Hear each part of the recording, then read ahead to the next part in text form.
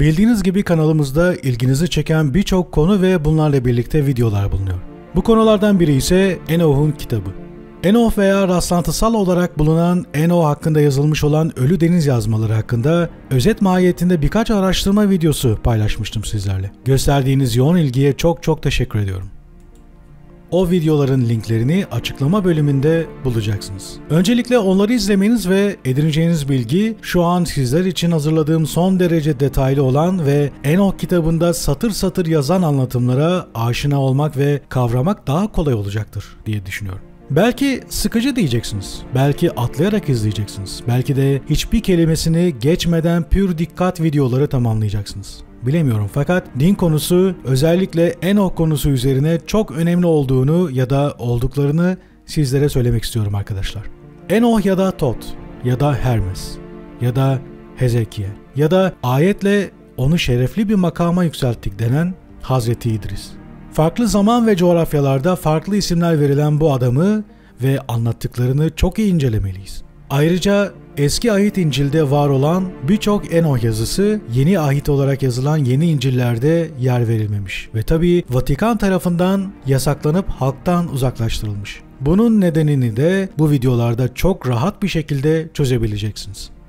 Bu seriyi devam eden videolar halinde aynı anda yayınlıyorum. Yani her biri için farklı tarihler beklemeyeceksiniz. Her birini ard arda izleyebilecek veya dinleyebileceksiniz. Kanalımıza abone olun, güç verin ve videolarımızı paylaşın arkadaşlar. Desteğinizi her zaman bekliyorum. Şimdiden teşekkürler. Ve işte başlıyoruz. Enoch'un kitabı. Satır satır.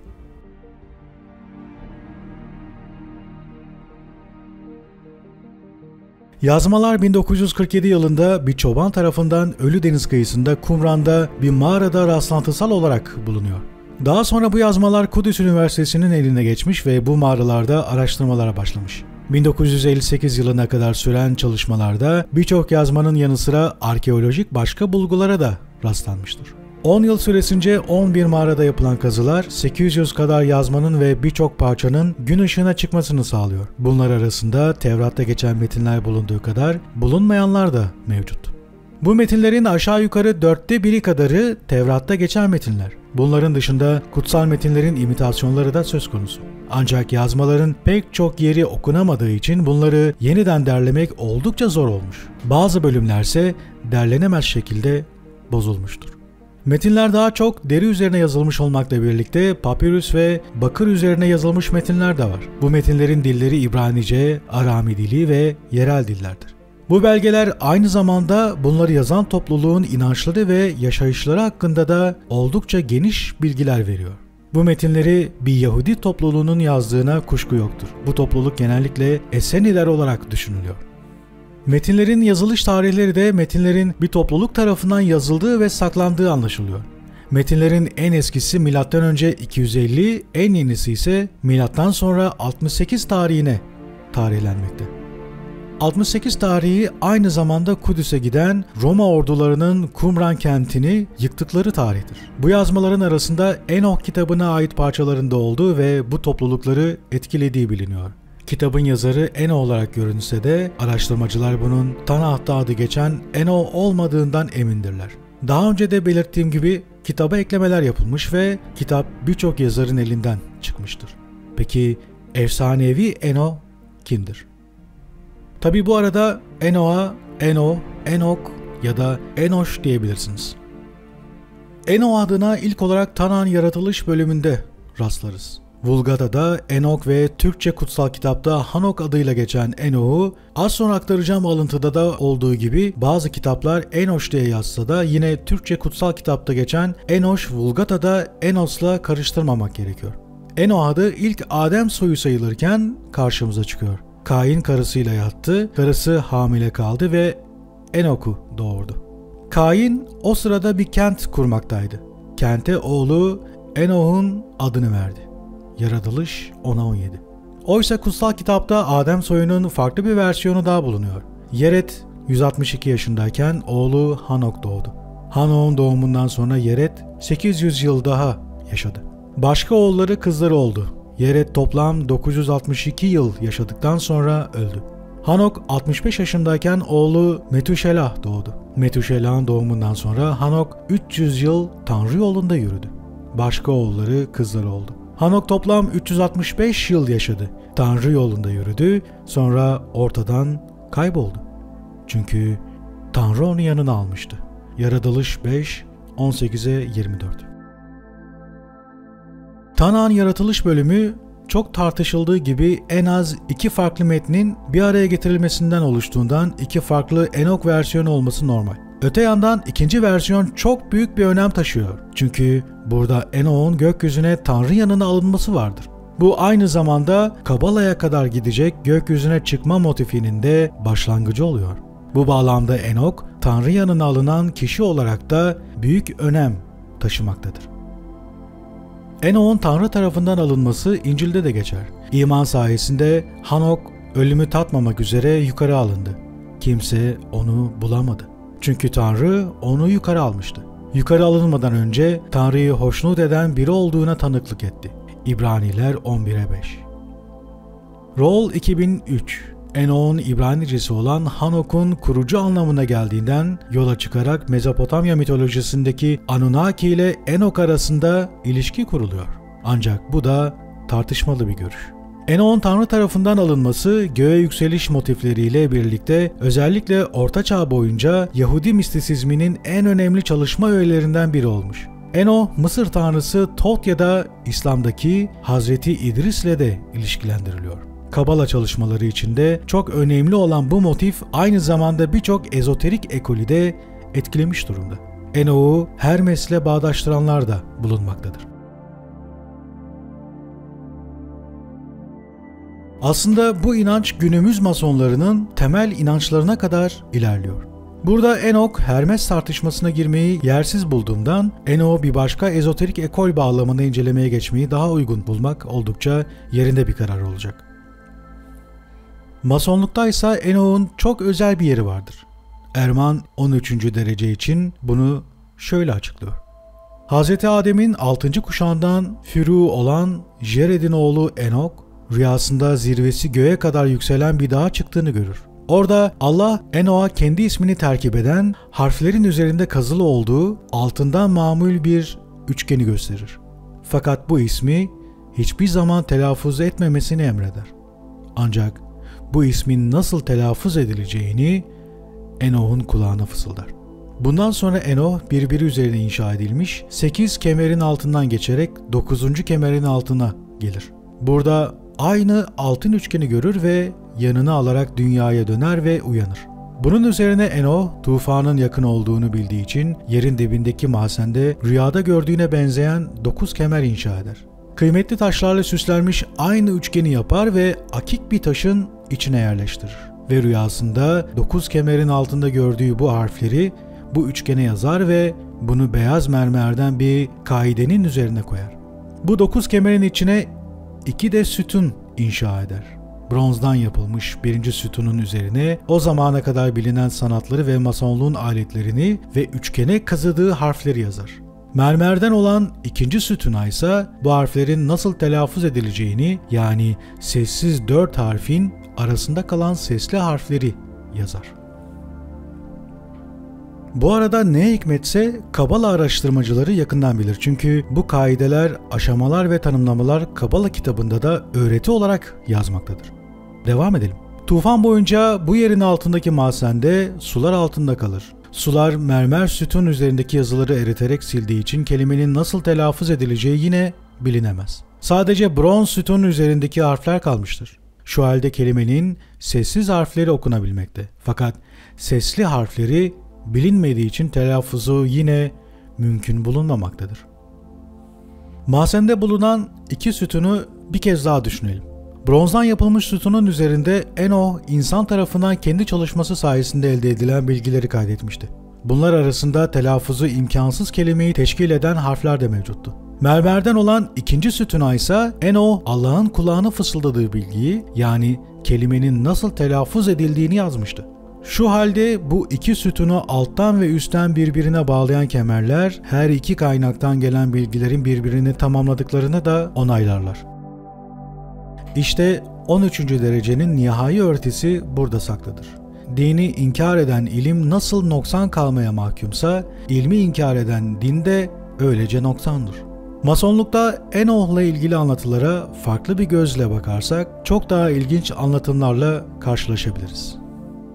Enoch, Royal Ark yani Süleyman Tapınağı'nın Kutsallar Kutsalı Sanctum Sanctorum bölümünün altındaki kemerli ya da kubbeli mahzen. Bu versiyona göre özetle bu yapı Enoch yani Hanok ya da İdris peygamber veya Hermes tarafından gördüğü rüya üzerine Moria Dağı'nda 9 katlı yeraltı mabedi şeklinde inşa ediliyor. Enoch, Adem'in oğlu Kabil veya Kain'den gelen torunu. Yapı bir kattan diğer kata inilecek şekilde alt alta sıralanan 9 adet mermerden oluşuyor. Enoch, en dipteki hücreye koyduğu mermer kaidenin üzerine koyduğu akik küp taşın üzerine Enochian harflerle Tanrı'nın kutsal adı yazılı olan bir altın üçgen yerleştiriyor. Ayrıca tufan olacağı kehanetiyle dünyada mevcut bilgileri şifreli olarak kodlarıyla birlikte iki sütun üzerine yazıp bırakıyor. Bunların arasında Tanrı'nın adının nasıl okunacağının şifresi de var. Yeraltı yapısını, giriş kapısını, üzerini ham taştan inşa ettiği mabet içine saklar. Ancak Nuh tufanıyla kil sütuna yazılı şifre kodları silinmiş olduğundan kelimenin nasıl okunacağı bilgisi kaybolur ve unutulur gider. Yapının üzerinde mabet harabeye döner ve giriş kapısı enkazla örtülür. Yıllar sonra Hz. Süleyman aynı yeri tapınak yapmak için seçer ve tapınağını oraya yapar. Hz. Süleyman da aynı şekilde Kutsallar Kutsalı bölümünün altına 9 kemerli yeraltı yapısı inşa ettirir. Ancak bu Enoch'un yaptırdığından farklıdır. Gerisini yine Aya'nın anlatımından okuyalım. Mabedin bitmesinden sonra bazı masonlar Tanrı'nın kutsal adını kendilerine öğretmesini Hz. Süleyman'dan isterler. Ancak Hz. Süleyman kendilerine Enoch harabelerinde araştırmalarını öğütler. Orada araştırma yaparken gizli girişe rastlar ve aşağı inerler. Kutsal ismin yazılı olduğu altın üçgeni bulup Hz. Süleyman'a götürürler.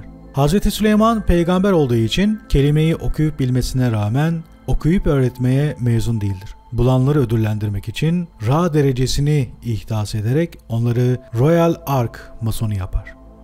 Buna benzer bir anlatımı da Knight ve Lomas aktarır. Ve bu efsanenin masonluk tarihi içinde 17. yüzyıla kadar uzandığını belirtir ve daha Enoch'un kitabı bulunmadan önce bu efsanenin masonluğa girmiş olmasına dikkat çeker. Bakın burası oldukça önemli. Knight ve Lomas'ın bir ilginç saptaması da masonluğun 1. derecesinde kullanılan evrenin ulu mimarı ifadesiyle loca tavanındaki yıldızların Enoch'un kitabında anlatılan düzenle olan ilişkisidir. Enoch bu kadar efsanelere karışmışken Enoch'un kitabı ne anlatır? Bu sorunun yanıtı sadece Enoch'un kitabını okuyarak vermek olanaksızdır. Enoch'un kitabının ne anlattığını o dönemin mistik öğretileriyle de kıyaslamak gerekiyor. Mistisizmin karanlık labirentleri bu kitabın ön söz konusunu çok aştığından çok ayrıntılı girmek olanaksız görünüyor. Ancak az önce de belirttiğim gibi Enoch'un kitabının son halini alması M.Ö. 1. yüzyıla kadar ulaştığından Ölü Deniz yazmalarının mistik ortamını ve İsa'nın doğuşuna yakın dönemlerdeki mistik öğretileri anlamak Enoch'un kitabını anlamayı biraz daha kolaylaştıracaktır. Fakat unutmayınız ki Kabala kitabında da bulunan bu bilgileri Kabala'dan araştırmanızı asla ve asla önermiyorum değerli arkadaşlar. Bunu unutmayın. Gireceğiniz o labirentlerde kaybolmanız da mümkün olabilir. Kendinizden ve inancınızdan eminseniz elbette ki incelemenizde fayda var. Bu kez de bilgiler size güç verecek ve yazılmış olan birçok yanlış ifadeleri de görebileceksiniz. Bu aklınızda olsun her zaman.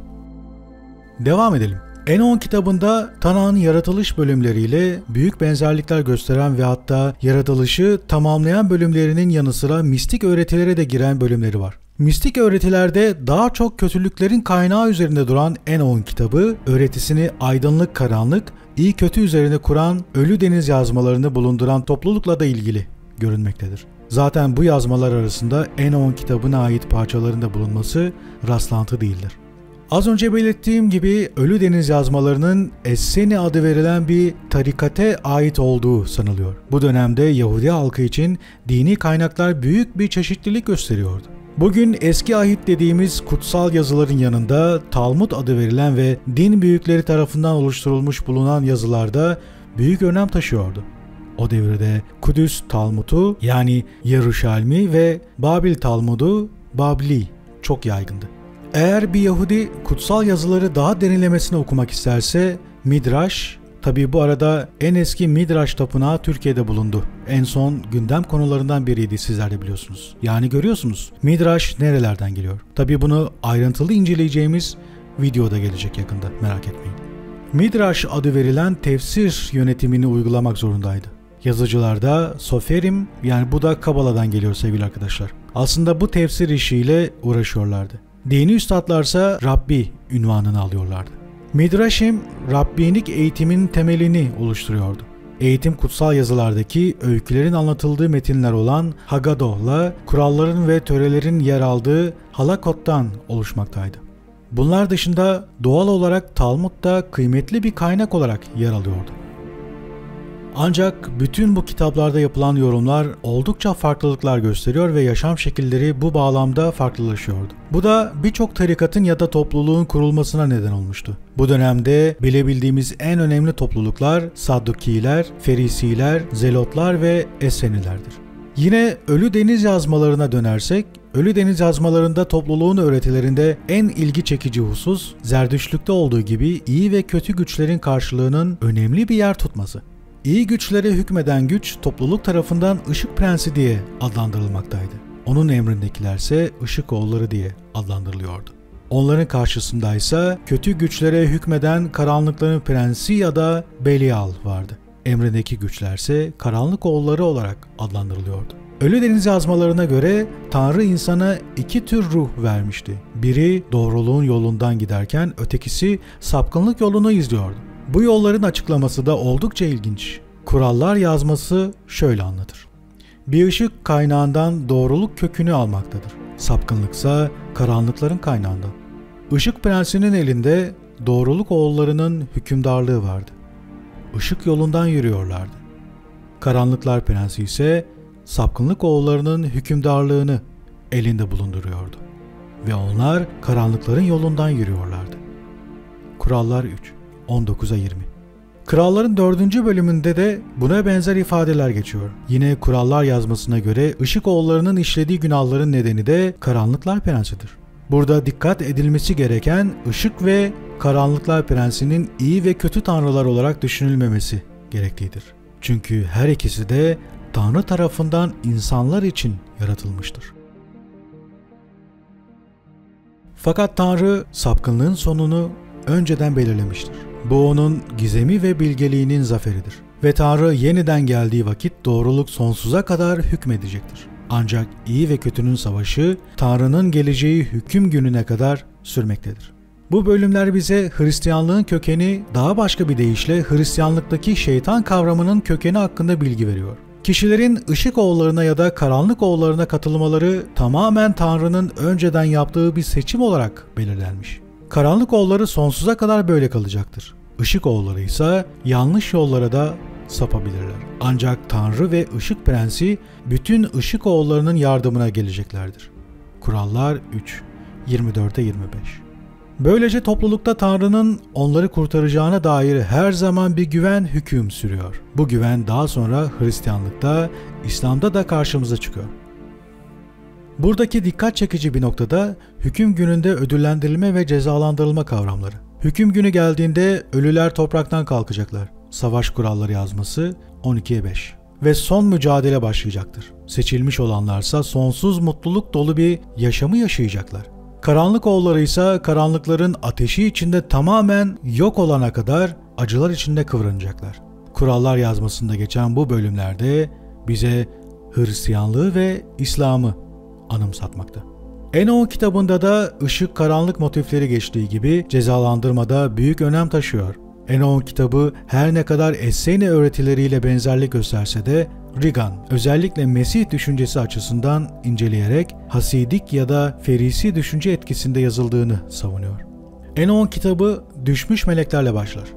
Yahudi tarihinin sembolik anlatımlarına kadar çeşitli konulara girer ve öğüt ve cezalandırmaları kapsar.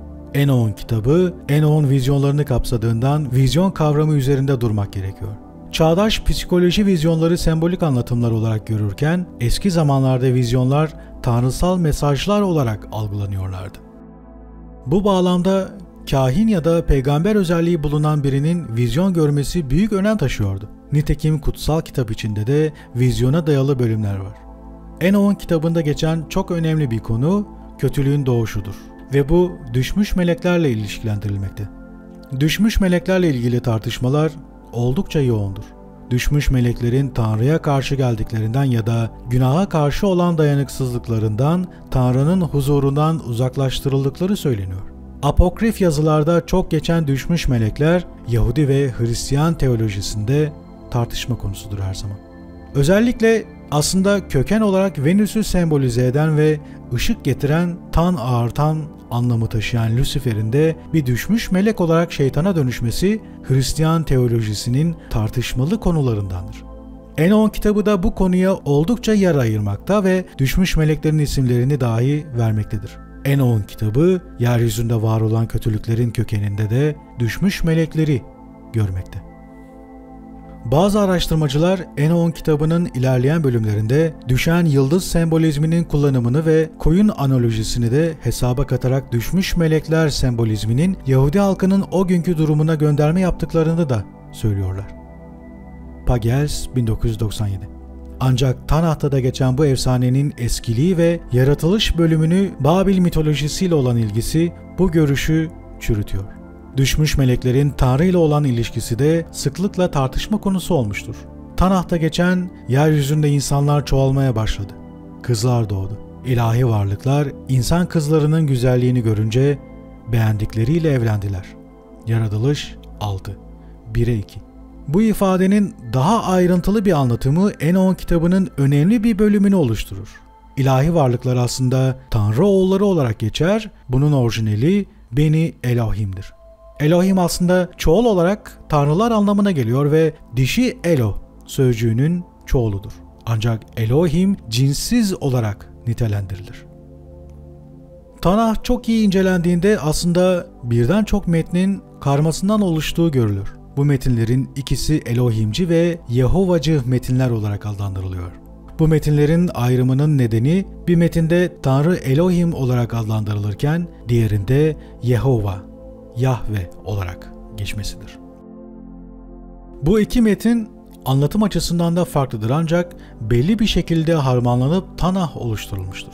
Enoch'un kitabı Elohimci metne daha yakındır. Melekler ya da ilahi varlıklar Beni Elohim diye de adlandırıldığından düşmüş melekler de Elohim'le alakalı. Bazı mistik düşüncelerde Elohim düşmüş melekler anlamına da geliyor. Bu bağlamda İsa haçta Elohim'e seslenerek onu neden bıraktığını sorarken düşmüş melekler tarafından kandırılmış olduğunu da söyler. Bu büyük bir tartışma konusudur aslında. Bu noktada Alford ilginç bir görüş ortaya atıyor. Bilindiği gibi Tanah Bereşit sözcüğüyle başlamakta. Yani ilk harf İbrani alfabesinin ikinci harfi olan Bet'tir. Oysa kutsal kitap ilk harf olan Alef'le başlamalıydı. Alford aslında bunun böyle olduğunu ve sonradan değiştiğini söylüyor. Buna göre başlangıçta anlamına gelen Bereşit sözcüğünde önce Ab sözcüğü vardı ve ilk sözcük Abreşit diye okunuyordu. Bunun anlamı başlangıcın babası demektir ve Tanrı'ya verilen bir sıfattır. Bu bağlamda kutsal kitabın ilk cümlesi başlangıçta Tanrı yeri ve göğü yarattı. Yerine başlangıcın babası yerin ve göğün tanrılarını Elohim yarattı şeklinde olmalıdır. Bu da aslında Elohim'in melekleri kastettiğinin kanıtıdır. Alford'un görüşü çok yandaş bulmamasına rağmen ilginç bir görüş gibi görünüyor. Enoch'un kitabının bir başka özelliği ise Tanah'ın yaratılış bölümünde sadece tek bir yerde geçen Nefilim ya da Nefiller konusuna ışık tutması. Yaratılış 6'ya 4'te ilahi varlıkların insan kızlarıyla evlenip çocuk sahibi oldukları günlerde ve daha sonra yeryüzünde Nefiller vardı. Bunlar eski çağ kahramanları, ünlü kişilerdi şeklinde geçen Nefilim birçok araştırmacının dikkatini çekmiştir. Nefilim için birçok görüş ortaya atılmıştır. Bu görüşlerden en sıra dışı olanı kuşkusuz Erich von Daniken'in görüşü.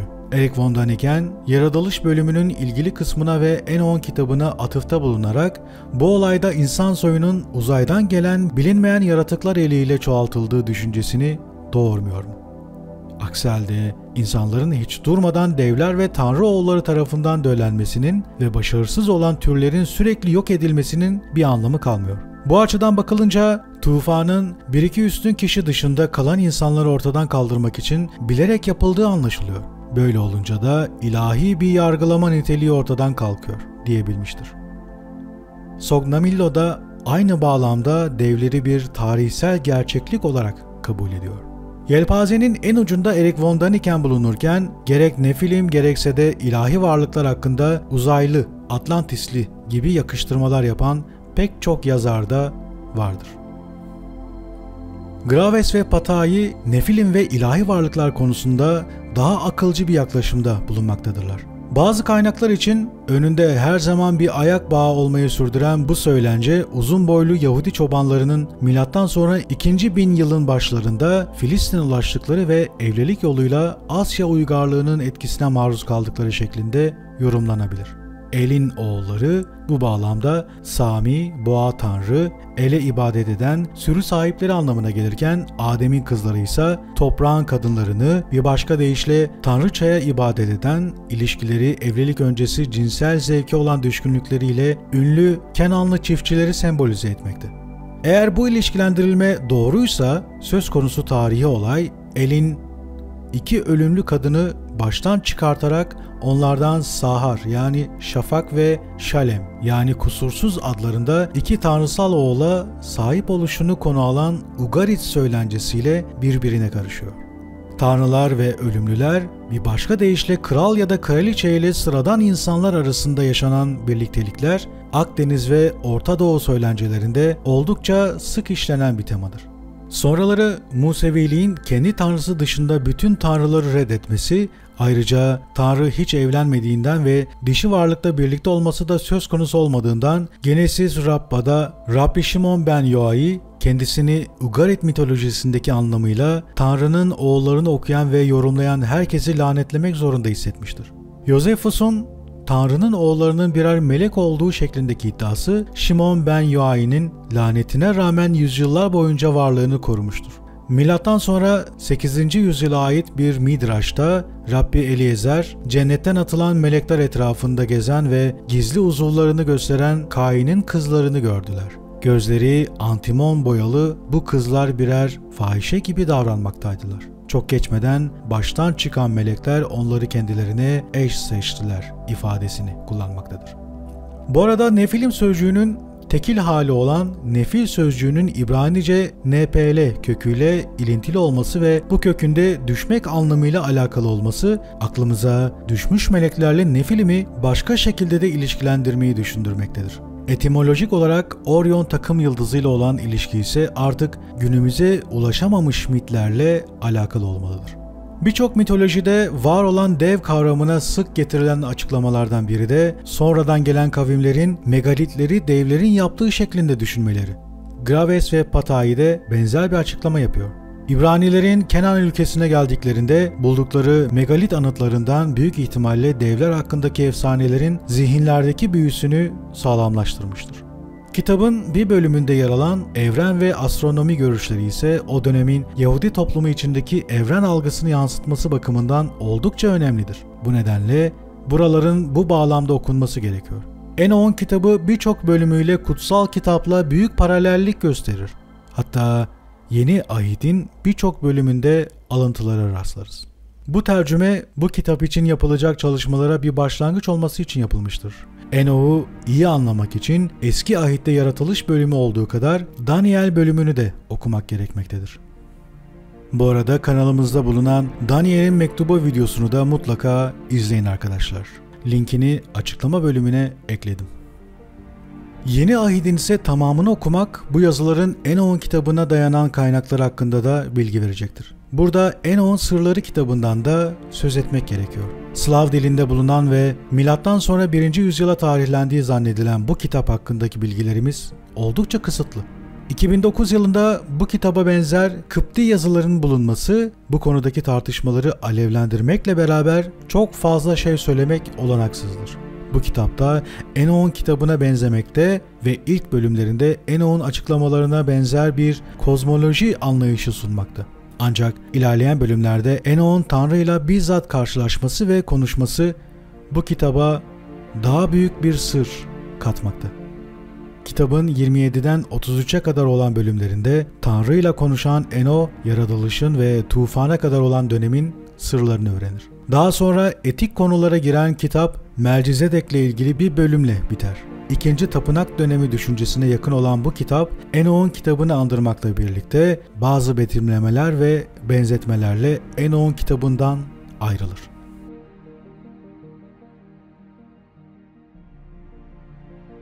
Enoch'un kitabı birçok bağlamda çok önemli bir incelemeyi hak ediyor. Günümüz ezoterizmine de ışık tutacak en önemli kaynaklardan biri olan Enoch'un kitabı, aynı zamanda içeriği sembolik anlatımla da Yahudi mistisizmine ışık tutuyor.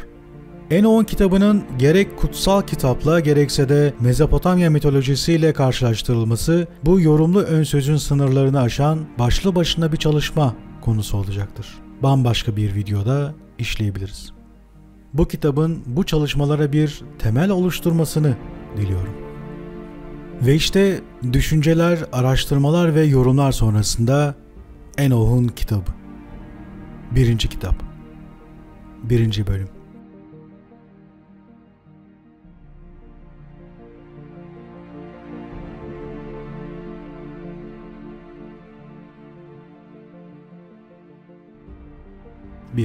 Bunlar Enoch'un kutsanma sözleridir. Karışıklık zamanlarında seçilmiş olanı ve adil olanı nasıl kutsadığını ve lanetli ve günahkar olanları nasıl reddettiğini anlatır. Gözleri Tanrı tarafından açılan ve göklerde kutsal bir vizyon gören Enoch hikayesine başladı ve dedi ki o görüntüyü bana melekler gösterdi. 2.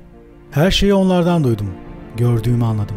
Bu nesil için değildi bu gösterilenler. Henüz gelmemiş, seçilmiş olana ait olacak uzak bir nesil için. 3. Onlar adına mekanından çıkıp gelecek olan yüce ve kudretli olanla dünya tanrısıyla konuştum. 4. Tanrı Sina Dağı'na adım atacak. Topluluğuyla birlikte görünecek. Göklerin kudretiyle ortaya çıkacak. 5. Herkes korkuyla sarsılacak. Gözcüler bile titreyecek. 6. Korku ve titremeleri dünyanın sonuna kadar devam edecek. Yüksek dağlar sallanacak.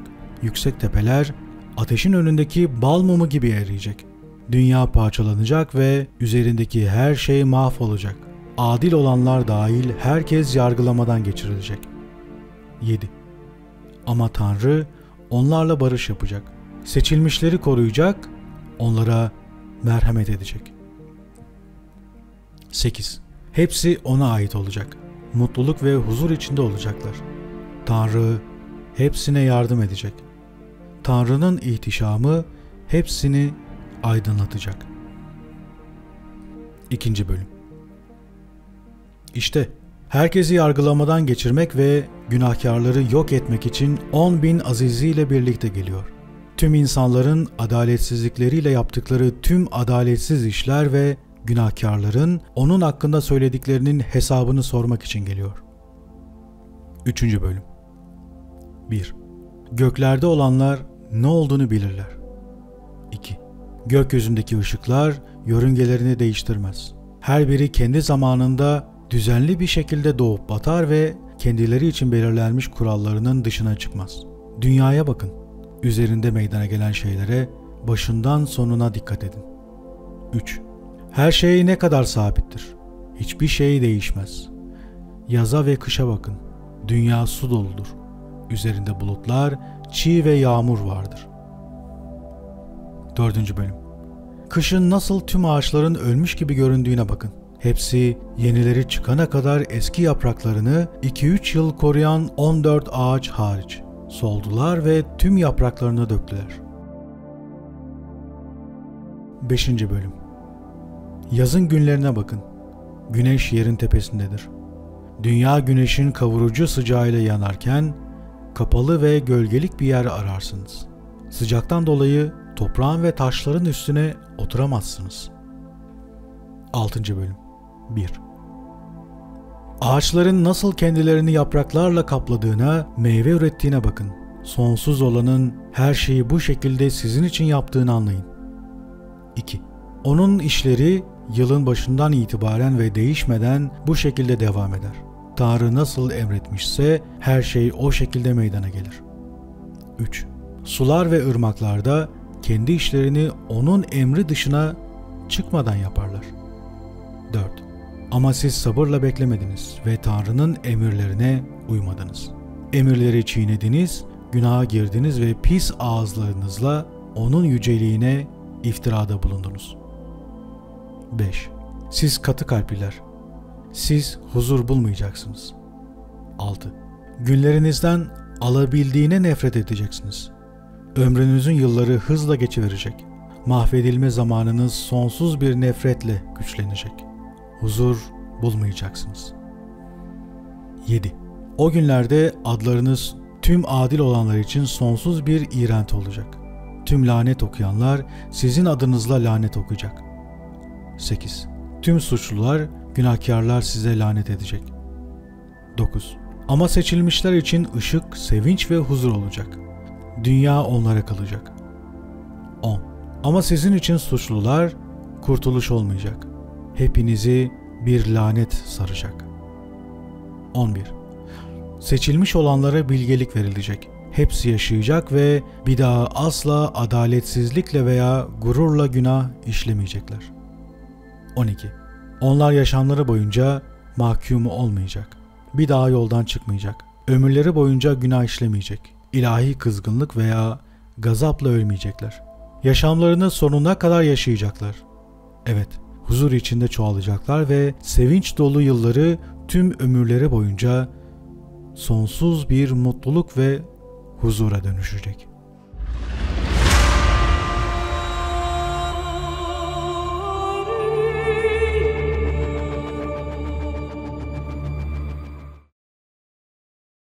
Meleklerin düşüşü. 7. Bölüm. İnsanoğulları çoğalınca güzel ve alımlı kızları oldu. Melekler göklerin çocukları onları görüp onlara karşı şehvet hissettiler. Birbirlerine dediler ki, gelin insanların arasından kendimize eşler seçelim ve onlardan çocuklarımız olsun. Sonra liderleri Semyaz'a onlara dedi ki, bunu gerçekten yapmayı kabul etmeyeceğinizden ve büyük bir günahın cezasını tek başıma çekmek zorunda kalacağımdan korkuyorum. Onlar da ona dedi ki, yemin edelim. Ne olursa olsun bu plandan vazgeçmeyeceğimize dair karşılıklı yemin edelim. Sonra hep birlikte yemin ettiler ve planı uygulayacaklarına söz verdiler. Toplam 200 kişi Yeret'in zamanında Hermon Dağı'nın zirvesine indiler. O da Hermon Dağı demişlerdi. Çünkü bu iş için birbirlerine yemin etmiş, vazgeçmemek üzere lanet okumuşlardı. Liderlerinin isimleri şöyleydi: Semyazza, Arakılba, Ramel, Kokablel, Tamlel, Ramlel, Danel, Ezekiel, Barakiel, Asael, Armarel, Batarel, Ananel, Zakiel, Samsapel, Satarel, Turel, Yomyel, Seriel. 200 meleğin liderleri bunlardı. Onlarla birlikte olan diğer tüm meleklerle birlikte kendilerine eşler aldılar. Her biri kendilerine bir eş seçti ve onlarla birleşmeye, kendilerini onlarla kirletmeye başladılar. Onlara büyüler öğrettiler. Onları bitkiler konusunda ustalaştırmak için kök kesmeyi de öğrettiler. Sonra kadınlar hamile kaldı ve boyları 135 metre olan devler doğurdu. Sonunda insanlar onları besleyemeyecek hale gelene kadar bu devler insanların ürettiği her şeyi tüketti. Ve devler yemek için insanlara döndü ve onları yediler. Kuşlara, yabani hayvanlara, sürüngenlere, balıklara karşı günah işlemeye ve sonra birbirlerinin vücutlarını yemeye, hatta kanını içmeye başladılar. Ve dünya bu vicdansızlardan şikayetçi oldu. Azazil insanlara kılıç, bıçak, kalkan ve zırh yapmayı öğretti. Ayrıca onlara metal işçiliklerini gösterdi. Bilezikler, takılar, boya kullanımı, kaşların güzelleştirilmesi, en değerli ve seçkin taşların kullanımı ve topraktan çıkan maddelerin ve metallerin boyanması. Kötülük arttı. Çok zina işlediler ve yoldan çıktılar. Semyaza büyü yapmayı ve kök kesmeyi, Armaros büyü çözülmesini, Barakiel astrolojiyi, Kokabel takım yıldızları, Ezekiel bulut bilgilerini, Arakiel toprak bilgilerini, Şamsiel güneş bilgilerini ve Sariel de ayın hareketlerini öğretti. İnsanlık mahvoldukça çığlıkları göklere ulaştı. 9. Bölüm. Sonra Mikail ve Cebrail, Rafael, Suriel, Uriel göklerden aşağı bakıp dünyada dökülen hesapsız kanı, işlenen sonsuz kötülükleri gördü. Birbirlerine dediler ki, boşalan dünyanın çığlıkları göklerin kapısına ulaştı. İnsanların ruhları bize sesleniyor ve durumlarını en yüceye bildirmemizi istiyorlar.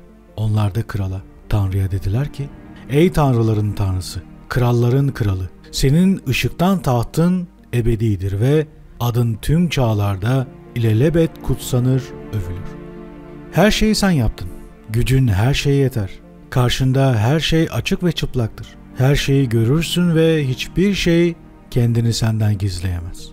Azazil'in neler yaptığını, dünyaya nasıl tüm kötülükleri öğrettiğini, göklerin ebedi sırlarını nasıl ifşa ettiğini gördün. Arkadaşları arasında liderlik gücü verdiğin Semyaza'da büyüler öğretti. İnsanların kızlarıyla birlikte oldular. Onlarla yattılar. Kendilerini kirlettiler. Ve onlara her tür günahı gösterdiler. Kadınlardan devler doğdu.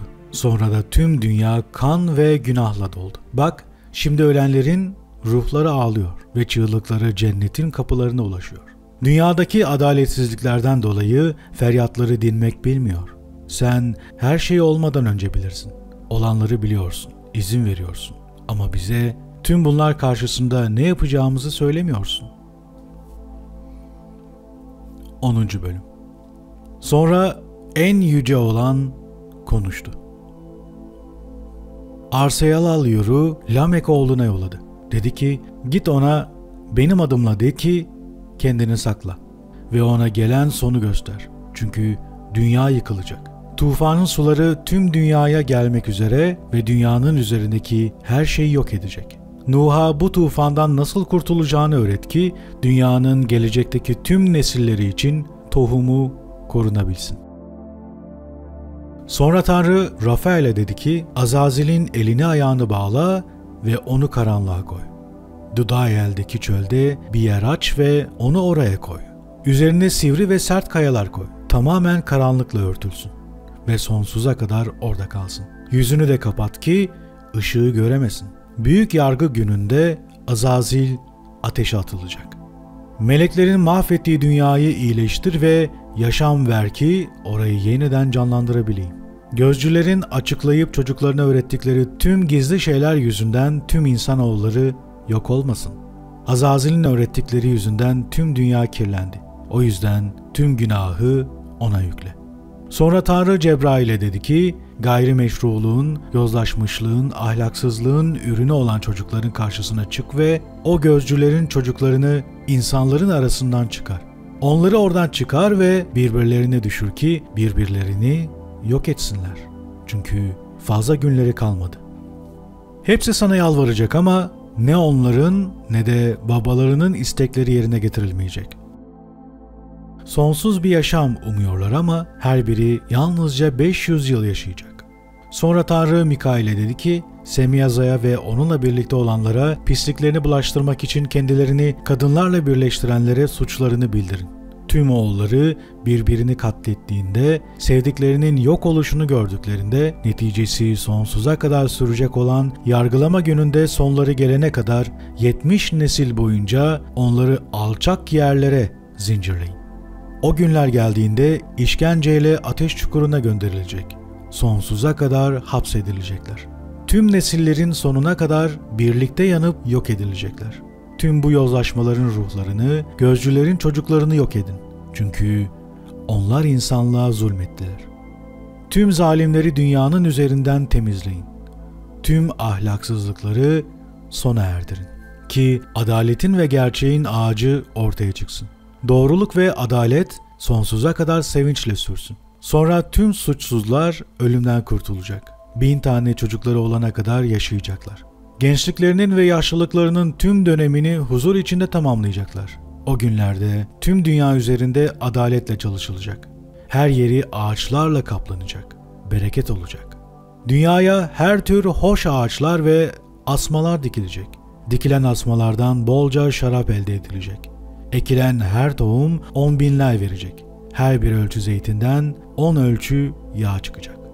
Dünyayı tüm baskılardan, üzerindeki tüm adaletsizliklerden, günahlardan ve adaletsizliklerden arındırın. Bunların kökünü kazıyın dünyadan. O zaman tüm insanoğulları adil olacak. Tüm milletler bana hayranlıklarını gösterecek. Beni övecek. Hepsi bana tapacak. Dünya tüm yozlaşmışlıklardan, suçlardan, cezalardan, acılardan arınacağı için bir daha nesilden nesile ona tufan da göndermeyeceğim. 11. Bölüm. O günlerde göklerdeki lütuf hazinelerini açıp dünyadaki insanoğullarının çalışmalarının, emeklerinin üzerine indireceğim. Tüm nesiller boyunca dünyanın her gününde insanoğulları barış ve eşitlik içinde olacak. Rüya vizyonu. Melekler için aracılık. 12. Bölüm. Tüm bu şeylerin öncesinde Enok gizlenmişti ve hiçbir insanoğlu onun nereye gizlendiğini, ne durumda olduğunu bilmiyordu. Onun tüm faaliyetleri gözcülerle ve kutsal olanlarla ilgiliydi. Ben Enok, Ulu Efendimiz'i ve Barış Kralı'nı kutsuyordum. Gözcüler beni Katip Enok diye adlandırıyorlardı. Sonra Ulu Efendimiz seslenip bana dediler ki, Enok, adaletin katibi. Git o yüce cenneti ve sonsuz kutsal mekanlarını terk eden, kendilerini kadınlarla kirleten, insanoğullarının yaptığını yapan, onları kendine eş olarak alıp dünyada büyük bir yozlaşma yaratan gözcülere de ki dünyada asla huzur bulmayacaklar. Günahları affedilmeyecek. Çocuklarından da mutluluk bulmayacaklar. Sevdiklerinin katledilişini görecek. Oğullarının yok edilişinin yasını tutacaklar ve sonsuza kadar yalvaracaklar ama onlara merhamet ve huzur gösterilmeyecek. 13. Bölüm. Sonra Enok gidip dedi ki, huzur bulmayacaksın. Sana büyük bir ceza geldi. Öğrettiğin kanunsuzluklar, insanoğullarına gösterdiğin tüm aldatıcı, gayrimeşru ve sapkın şeyler yüzünden. Sana ne huzur, ne merhamet, ne de şefaat gösterilecek. Sonra gidip tüm gözcülerle konuştum. Hepsi korkuyordu. Korku ve titreme içindeydiler. Affedilmek için benden onlar adına bir istek yazmamı ve isteklerini yüce göğün tanrısının önünde okumamı istediler. Cezalarının nedeni olan günahlarından dolayı artık onunla konuşamıyor, gözlerini göğe kaldıramıyorlardı. Affedilme ve huzur bulma ile ilgili isteklerini, dualarını yazdım yine de. Yola çıktım ve Hermon'un güneybatısındaki Dan diyarında, Dan sularının kenarında oturdum. Uyuyakalana kadar okudum isteklerini. Ve bir rüya gördüm. Üzerimde vizyonlar ve cezalandırma görüntüleri gördüm. Bir ses gelip bu rüyayı göğün çocuklarına anlatmamı ve onları uyarmamı söyledi. Uyanınca yanlarına gittim. Lübnan'la Senelser arasındaki Ubel Seayel'de toplanmış ağlıyorlardı ve yüzleri örtülüydü. Onlara uykuda gördüğüm vizyonları anlattım. Gökleri terk eden gözcülere doğruluk hakkında sözler söylemeye ve onu azarlamaya başladım. 14. Bölüm. Bu kitap o vizyonda Ulu Tanrı'nın verdiği emre uygun olarak anlatılan doğruluk sözleri ve gözcülerin azarlanışı hakkındadır. O vizyonda gördüklerimi şimdi ağzımın nefesiyle ve etten bir dille anlatacağım. Yüce olan konuşmak için dil, anlamak için kalp vermiştir. Yüce olan nasıl insanoğluna bilgelik sözlerini anlama gücü verdiyse, beni de yaratıp gözcüleri, göğün çocuklarını azarlama gücü verdi. Onlara dedim ki, dileğinizi yazdım ve vizyonumda bana gösterildi ki dileğiniz asla kabul edilmeyecek. Sonunda size yargılama geldi ve isteğiniz kabul edilmeyecek. Bu zamandan sonra asla cennete yükselemeyeceksiniz. Dünya var olduğu sürece zincirlenmenize karar verildi. Ama bunlardan önce sevdiğiniz çocuklarınızın yok oluşunu göreceksiniz. Onlar sizin olmayacak. Kılıçla önünüze düşürülecekler. Kendiniz ve çocuklarınızla ilgili hiçbir şey dileyemeyeceksiniz. Sessizlik içinde yalvaracaksınız. Yazacağım kitabın sözleri ve bir vizyon göründü gözüme. Bulutlar beni davet etti.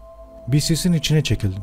Yıldızların ve şimşeklerin gösterdiği yolda ileri taşındım. Rüzgarlar beni uçurup göğe kaldırdı. Kristal taşlardan yapılma, etrafı kızgın alevlerle çevrili bir duvara yaklaşana kadar yükseldim. Korkmaya başladım. Kızgın alevlerin içinden geçtim ve kristal taşlardan yapılmış büyük bir eve yaklaştım.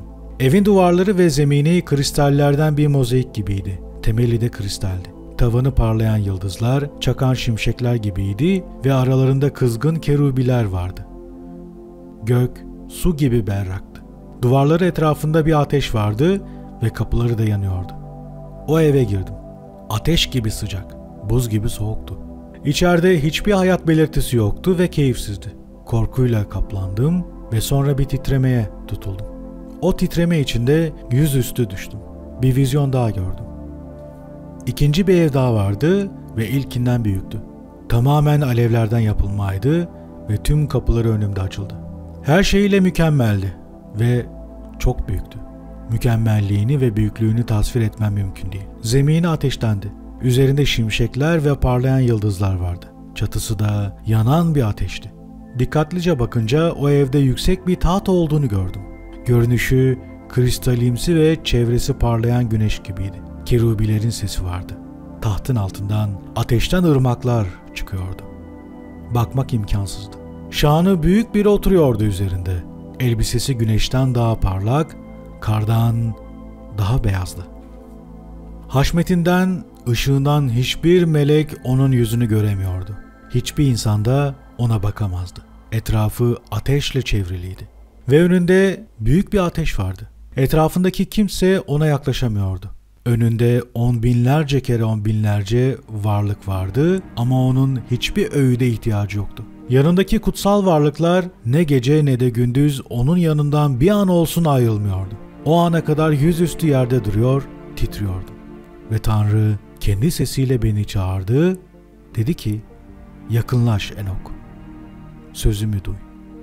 Sonra oradaki varlıklardan biri gelip beni kaldırdı. Birlikte kapıya yaklaştık.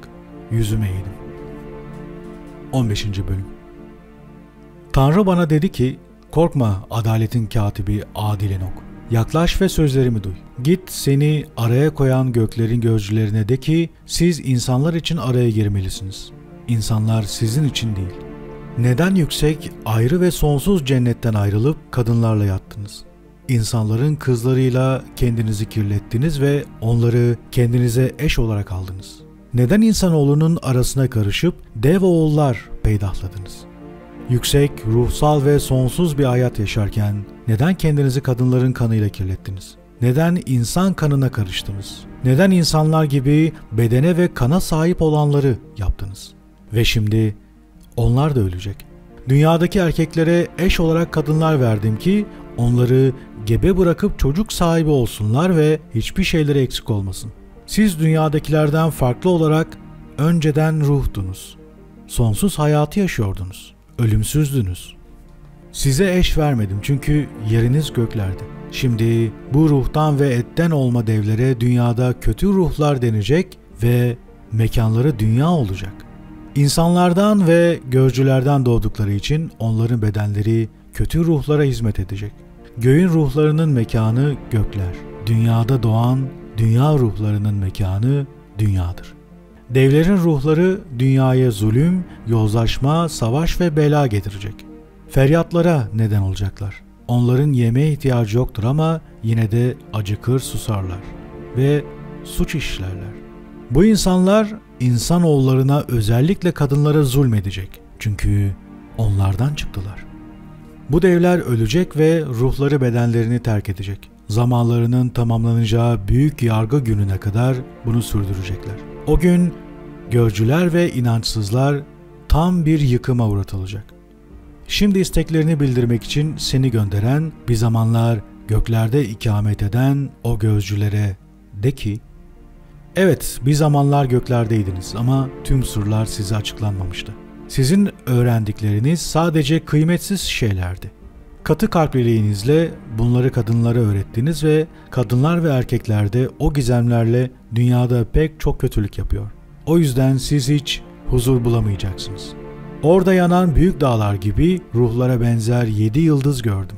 Bunları sormam üzerine melek dedi ki, burası yerin ve göğün sonu geldiğinde göklerin yer alacağı ve hapishanesi olacak yer.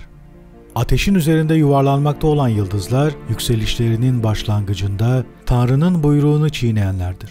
Çünkü kendilerine bildirilen zamanda çıkmadılar. Bu yüzden o da onlara kızdı ve saklı yılda günahlarının bedelini ödeyecekleri vakte kadar onları bağladı. 19. bölüm. Ve Uriel bana dedi ki, kadınlarla çiftleşen melekler burada duracak. Onların pek çok biçim alan ruhları insanlığı kirletiyor. İnsanlığı saptıracaklar ve insanlar şeytanlara tanrılarmış gibi kurbanlar sunacak. O melekler büyük yargı gününe kadar burada kalacak. Yok edilene kadar yargılamadan geçirilecekler. Meleklerin yoldan çıkan kadınları ise leş yiyiciler haline gelecek. Her şeyin sonunun vizyonunu yalnız ben Enok gördüm. Kimse benim gördüğüm gibi görmedi. Baş meleklerin adları 20. bölüm. Bunlar gözleyen baş meleklerin adlarıdır. Uriel, baş meleklerden biridir. Haykırışları ve korkuyu yönetir. Rafael, baş meleklerden biridir.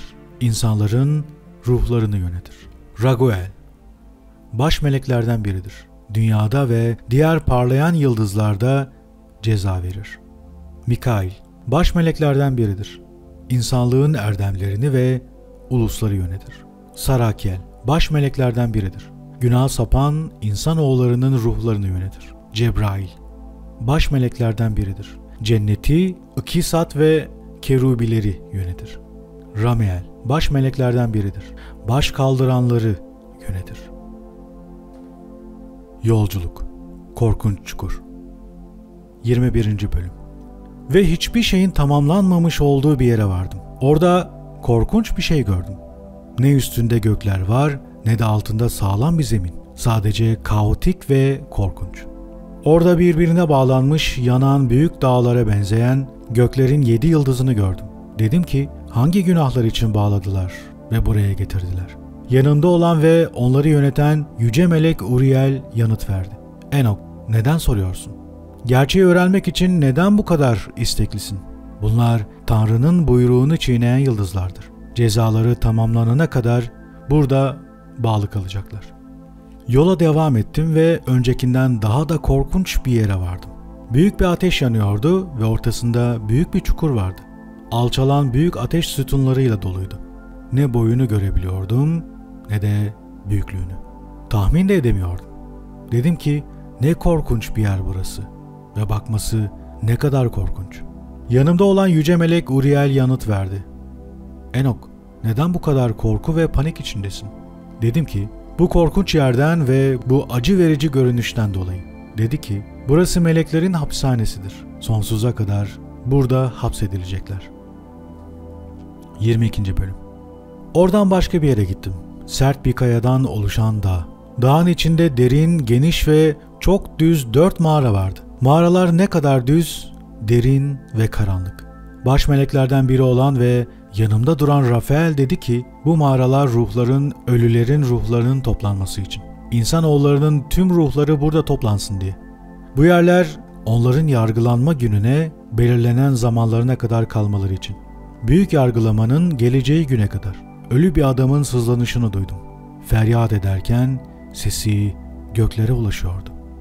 Yanımda olan melek Rafael'e sordum. Feryat sesleri göğe ulaşan şu ruh kim? Cevap verdi. O, kardeşi Kain tarafından öldürülen Habil'in ruhu. Kain'in tohumu yeryüzünden silinene ve insanların arasında hiçbir tohumu kalmayana kadar ondan şikayetçi olacak. Sonra tüm o mağaralarla ilgili bir soru sordum. Neden her biri birbirinden ayrı? Cevap verdi. Bu 3 ayrı bölüm ölülerin ruhlarını ayırmak içindir. Mağaralardan biri Adillerin ruhları için yapıldı. O mağaranın içinde su ve ışık vardır. Diğer bir mağara ölüp toprağa gömülmüş, yaşamları sırasında yargılamadan geçirilmemiş günahkarlar içindir. Ruhları buraya ayrılacak, büyük yargı, ceza ve işkence gününe kadar büyük bir acı içinde tutulacaktır. Bu dünyanın varoluşundan beri vardır. Tanrı ruhlarının cezalandırılması için onları buraya hapsedecektir. Ve bu bölümde günahkarların zamanında öldürülen, yok edilişlerine haykırıp feryat edenler içindir. Adil değil, günahkar olan, tüm suçlara bulaşıp suçlularla birlikte olanlar için böyle bir bölüm oluşturuldu. Yargı gününde onların ruhları yok edilmeyecek ve buradan da çıkarılmayacaklar. O zaman Yüce Tanrı'yı kutsadım. Ve dedim ki, ey kutsanmış Yüce Tanrım, her şeyi sonsuza kadar yöneten doğruluk Tanrısı. Gökteki ateşli ışıklar. 23. bölüm. Oradan başka bir yere, batıya doğru gittim.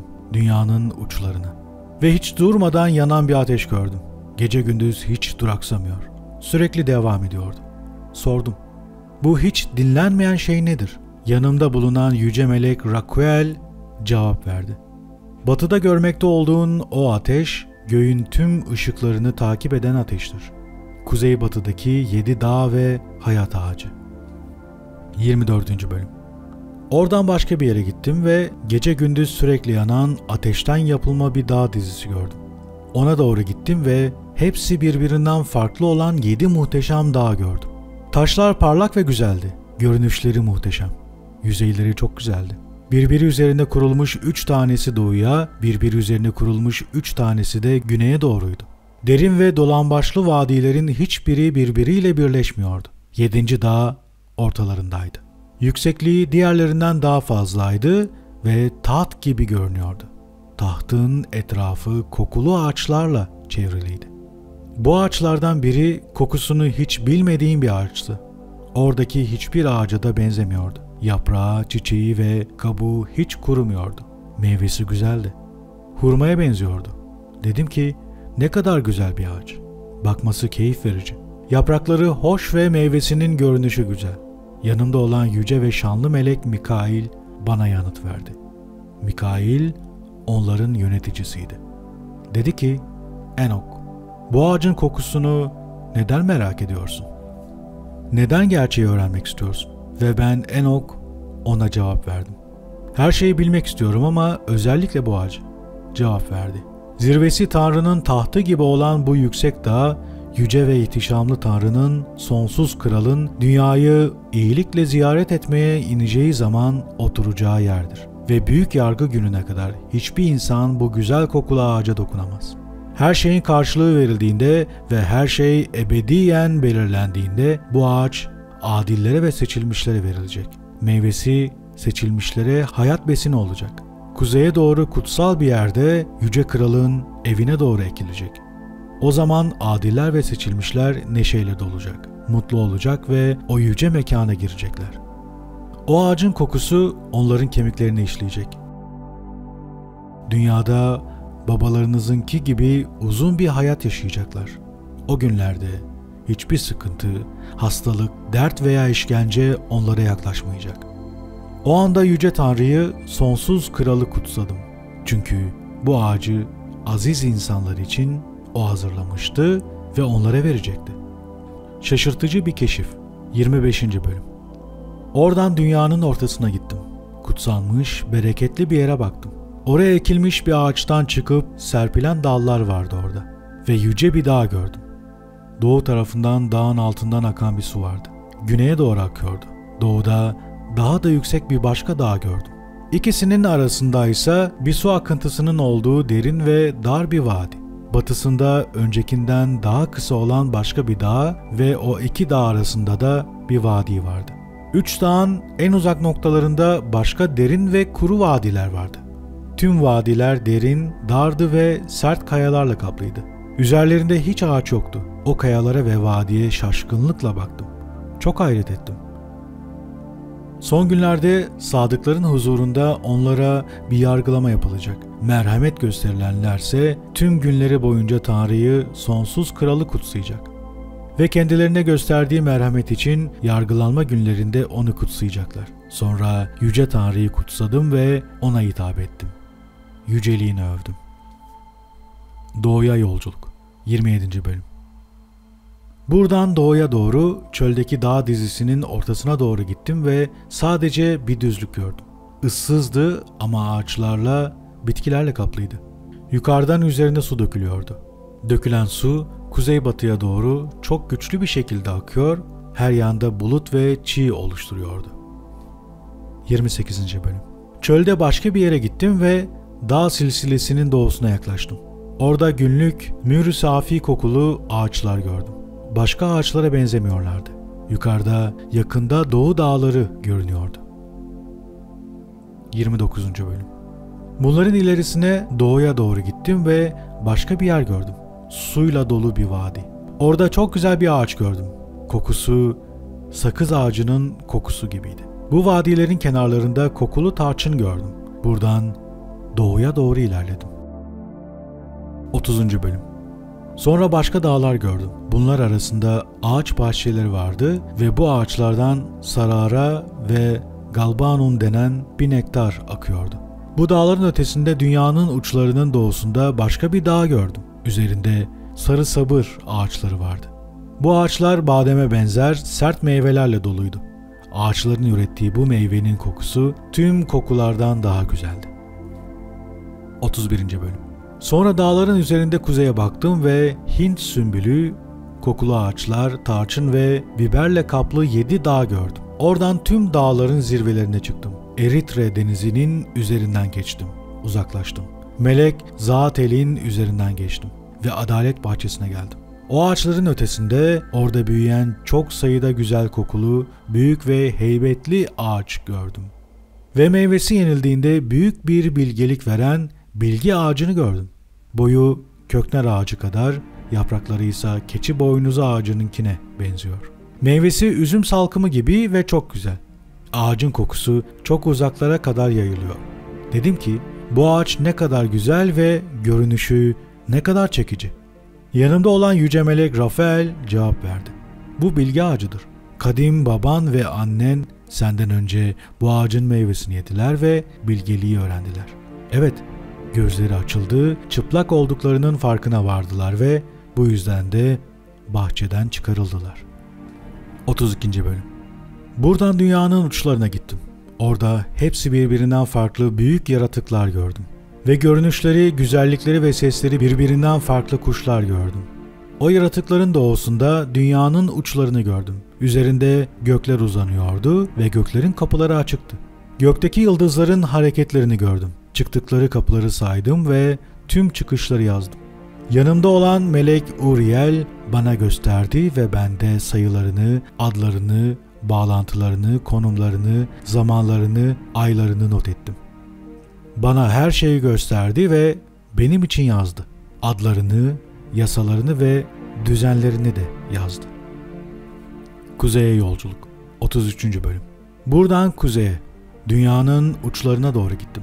Ve tüm dünyanın uçlarında büyük ve muhteşem bir şey gördüm. Orada göklerde açık olan 3 kapı gördüm. Bunlardan kuzey rüzgarları geçiyordu.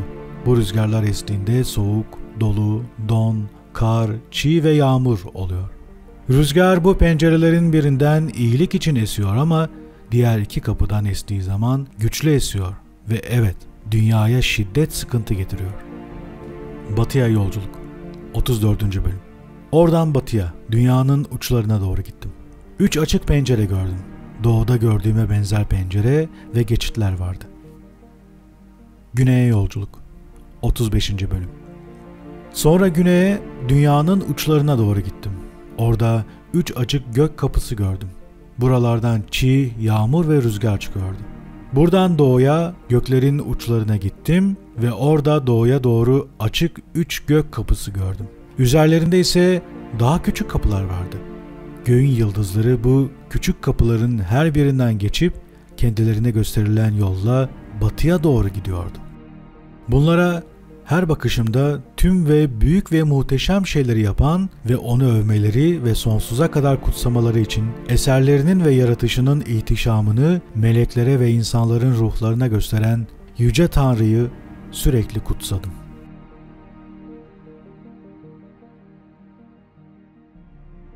İkinci kitap.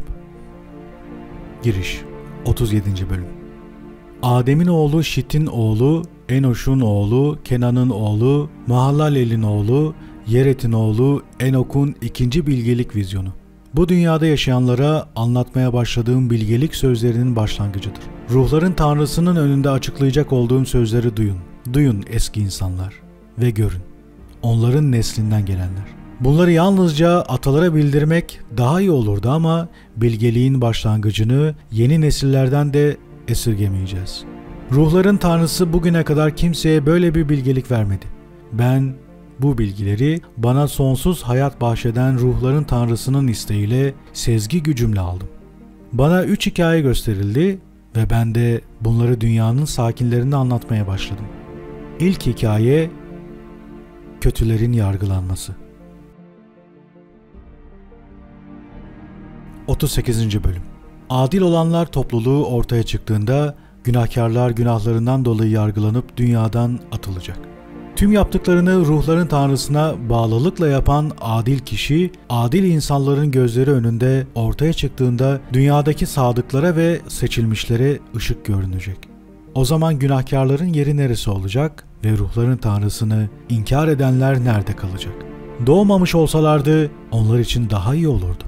Adil olanların sırları ortaya çıktığında, günahkarlar yargılandığında, inançsızlar adillerin ve seçilmişlerin huzurundan uzaklaştırıldığında, dünyayı elinde tutanlar artık güçlü ve yüksek olmayacaklar.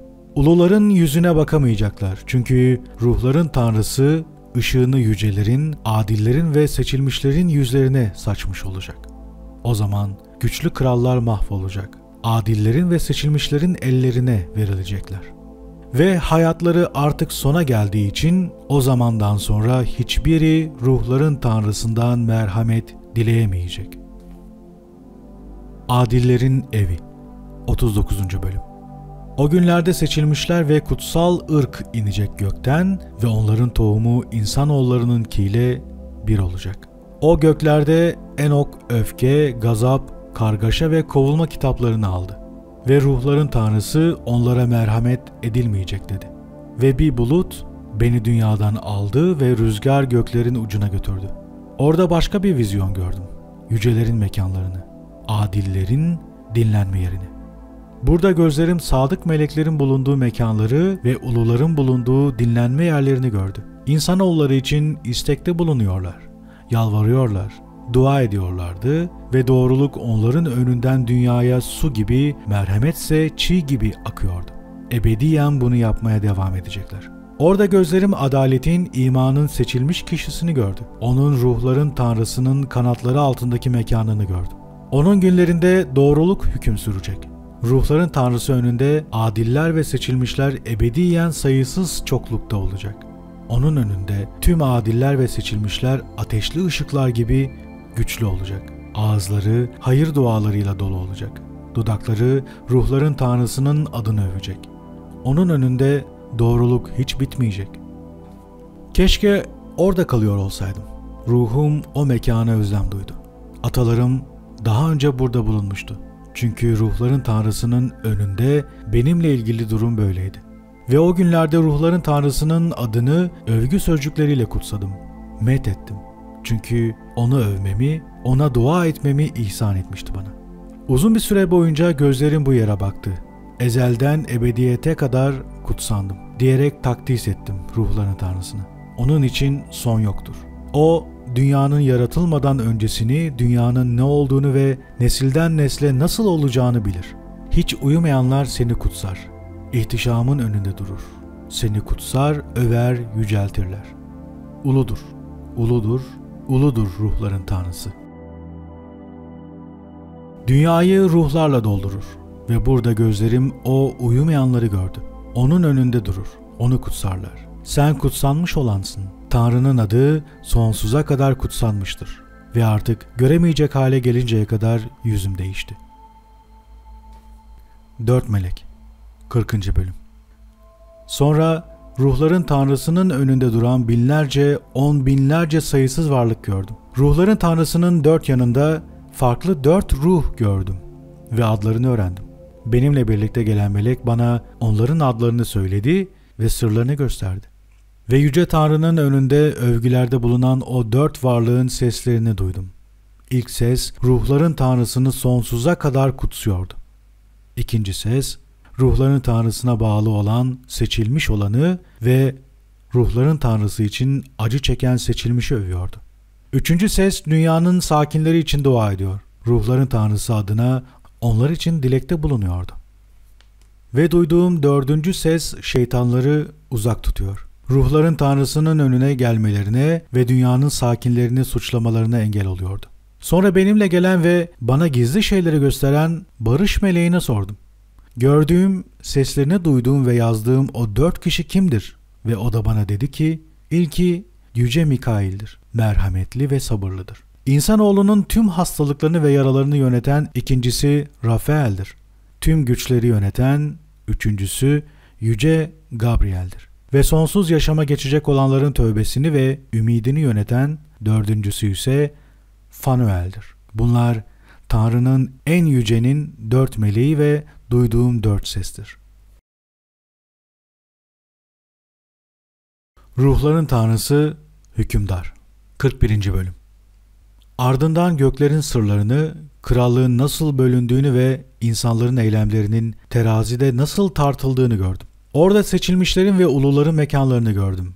Gözlerim günahkarların, ruhların Tanrısı'nın adını inkar edenlerin oradan nasıl uzaklaştırıldığını gördü.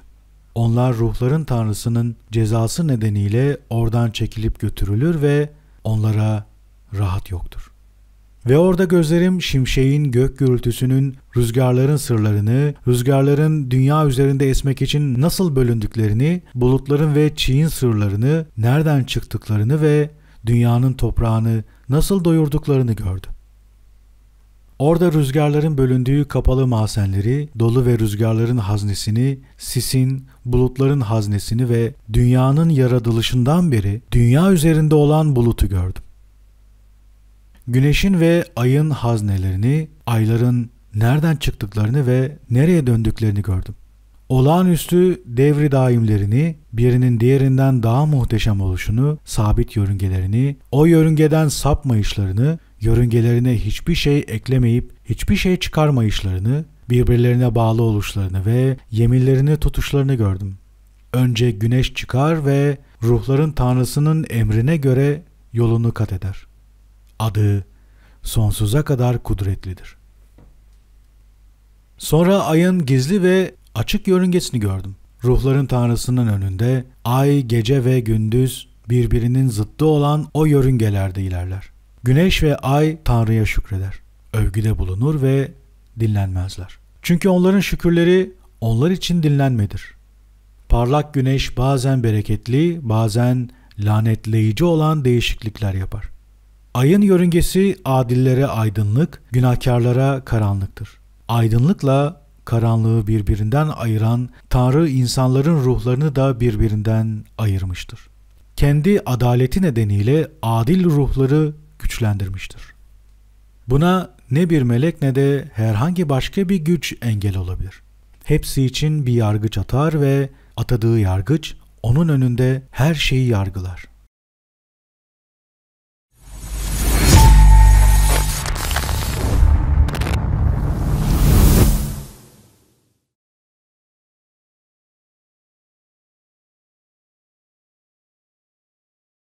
Bilgeliğin mekanı 42. Bölüm. Bilgelik yaşayabileceği bir yer bulamadı ve ona göklerde bir yer verildi. İnsanoğulları arasında yaşamaya geldi ama bir yer bulamadı. Eski yerine dönüp melekler arasındaki koltuğuna oturdu. Adaletsizlik ileri çıktı. Aramadığı şeyler buldu ve onlarla birlikte kaldı. Çöldeki yağmur ve susuz bir arazideki çiğ gibi. Evrenin diğer gizemleri 43. Bölüm. Bir başka görkemli şeyi ve gökteki yıldızları gördüm. Onun onları adlarıyla nasıl çağırdığını gördüm. Sesini duydum. Işıklarına, yerlerinin genişliklerine, görünme günlerine ve yörüngelerine göre doğru bir dengelemeyle nasıl tartıldıklarını gördüm. İhtişam yaratıyordu ve bunlar meleklere ve inananlara dönüşüyordu. Benimle birlikte gelen, bana sırları gösteren meleğe sordum. Bunlar nedir? Dedi ki, ruhların tanrısı sana onların bir görüntüsünü gösterdi. Bunlar dünyada yaşayan ve ruhların tanrısının adına ilelebet inanan uluların adlarıdır.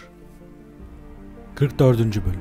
Bu ihtişamla ilgili gördüğüm bir başka şey, bazı yıldızlar yükselip parlaklığa dönüşüyordu ve arkalarında hiçbir iz bırakmıyorlardı. İkinci hikaye, sadıkların kaderi.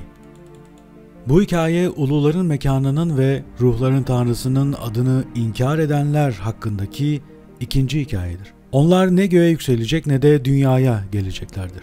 Ruhların tanrısının adını inkar eden, bu nedenle de acı ve keder gününü bekleyen günahkarların kaderi bu olacak. O gün seçilmiş olan şanlı tahtına oturacak. İnsanların işlerini kontrol edecek. İnsanların sayısız mekanları olacak ve ruhları benim seçilmiş olanımı gördüğünde ve şanlı adımı söylediğinde o yerlerde o insanların ruhları güçlenecek. O gün benim seçilmiş olanımı onlar arasında oturtacağım. Göğü dönüştürüp kutsayacağım ve onu ebedi bir ışık haline getireceğim. Dünyanın da çehresini değiştireceğim. Onu kutsayacağım ve seçilmişlerimi orada oturtacağım. Günahkarlar ve suçlular oraya adım atmayacak. Adil olanlara huzur vererek onları tatmin ettim ve önüme koydum. Ama günahkarları önümde bir yargılama bekliyor. Onları dünyanın üzerinden silebileyim diye. 46. Bölüm. Ve orada kadim olanı gördüm. Başı yün gibi beyazdı. Yanında yüzü insan yüzüne benzeyen başka biri daha vardı. Yüzü çok güzeldi. Tıpkı kutsal meleklerden birinin yüzü gibiydi. Benimle birlikte gelen ve bana tüm sırları gösteren meleklerden birine o adamın kim olduğunu, nereden geldiğini ve neden kadim olanla birlikte olduğunu sordum. Cevap verdi. Bu adil olan insanoğludur. Onun içinde adalet vardır. O tüm hazineleri ortaya çıkartır. Çünkü ruhların tanrısı onu bunu yapması için seçti. Onun topluluğu ruhların tanrısı önünde sonsuza kadar üstündür. Gördüğün o insan, kralların ve kudretlilerin mekanlarını, güçlülerin tahtını sarsacak. Kudretlilerin hakimiyetini zayıflatacak ve günahkarların dişlerini kıracak. Kralları tahtlarından ve krallıklarından çıkaracak. Çünkü onlar onu övüp kutsamıyor ve krallığın onlara nereden verildiğini alçak gönüllülükle kabul etmiyorlar. Ve o güçlülerin yüzünü yere indirecek. Onları utanç içinde bırakacak. Mekanları karanlık, yatakları solucanlar olacak. Yataklarından kalkma umutları olmayacak çünkü ruhların tanrısının adını övmezler. Onlar en yüceye karşı ellerini kaldıran, yaşadıkları dünyayı ayaklar altında ezenlerdir. Onların tüm yaptıkları adaletsizliktir ve güçleri zenginliklerinden gelir. Elleriyle yaptıkları tanrılara inanırlar ve ruhların tanrısının adını inkar ederler. Onlar elbette onun topluluklarının mekanlarından ve ruhların tanrısının adına bağlanan inançlıların tapınaklarından atılacaklardır. İnsanoğlu, kadim olan yargılama. 48. Bölüm. Ve o yerde adaletin ebedi çeşmesini gördüm. Etrafında çok sayıda bilgelik çeşmesi de vardı. Tüm susayanlar onlardan içiyor, bilgelikle doluyordu. Adillerle, ulularla ve seçilmişlerle kalıyorlardı.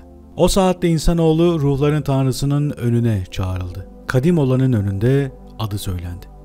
Evet, güneş ve burçlar yaratılmadan önce, göğün yıldızları yaratılmadan önce adı ruhların tanrısının önünde söylendi. O, adillerin düşmemek için yaslanacakları bir asa olacak. Milletlerin ışığı, kalpleri hasta olanların umudu olacak. Dünyada yaşayan herkes onun önünde diz çökecek, onu kutsayacak, övecek ve ruhların tanrısının adına ona şarkılar söyleyecek. Seçilmiş olan ve gizli olan dünya yaratılmadan önce bu amaçla seçildiler ve sonsuza kadar onun önünde olacaklar. Ve ruhların tanrısının bilgeliğini ululara ve adillere gösterdi. Çünkü o adiller topluluğunu korur. Adiller bu adaletsizlik dünyasından nefret ettiler. Aşağıladılar ve ruhların tanrısının adına bu dünyanın tüm işlerinden ve hallerinden nefret ettiler. Onun adıyla kurtarılacaklar ve onun iradesi onların hayatları olacak. O günlerde dünyanın kralları ve dünyaya sahip olan kudretliler ellerinin yaptıkları nedeniyle yüzlerine yiyecekler.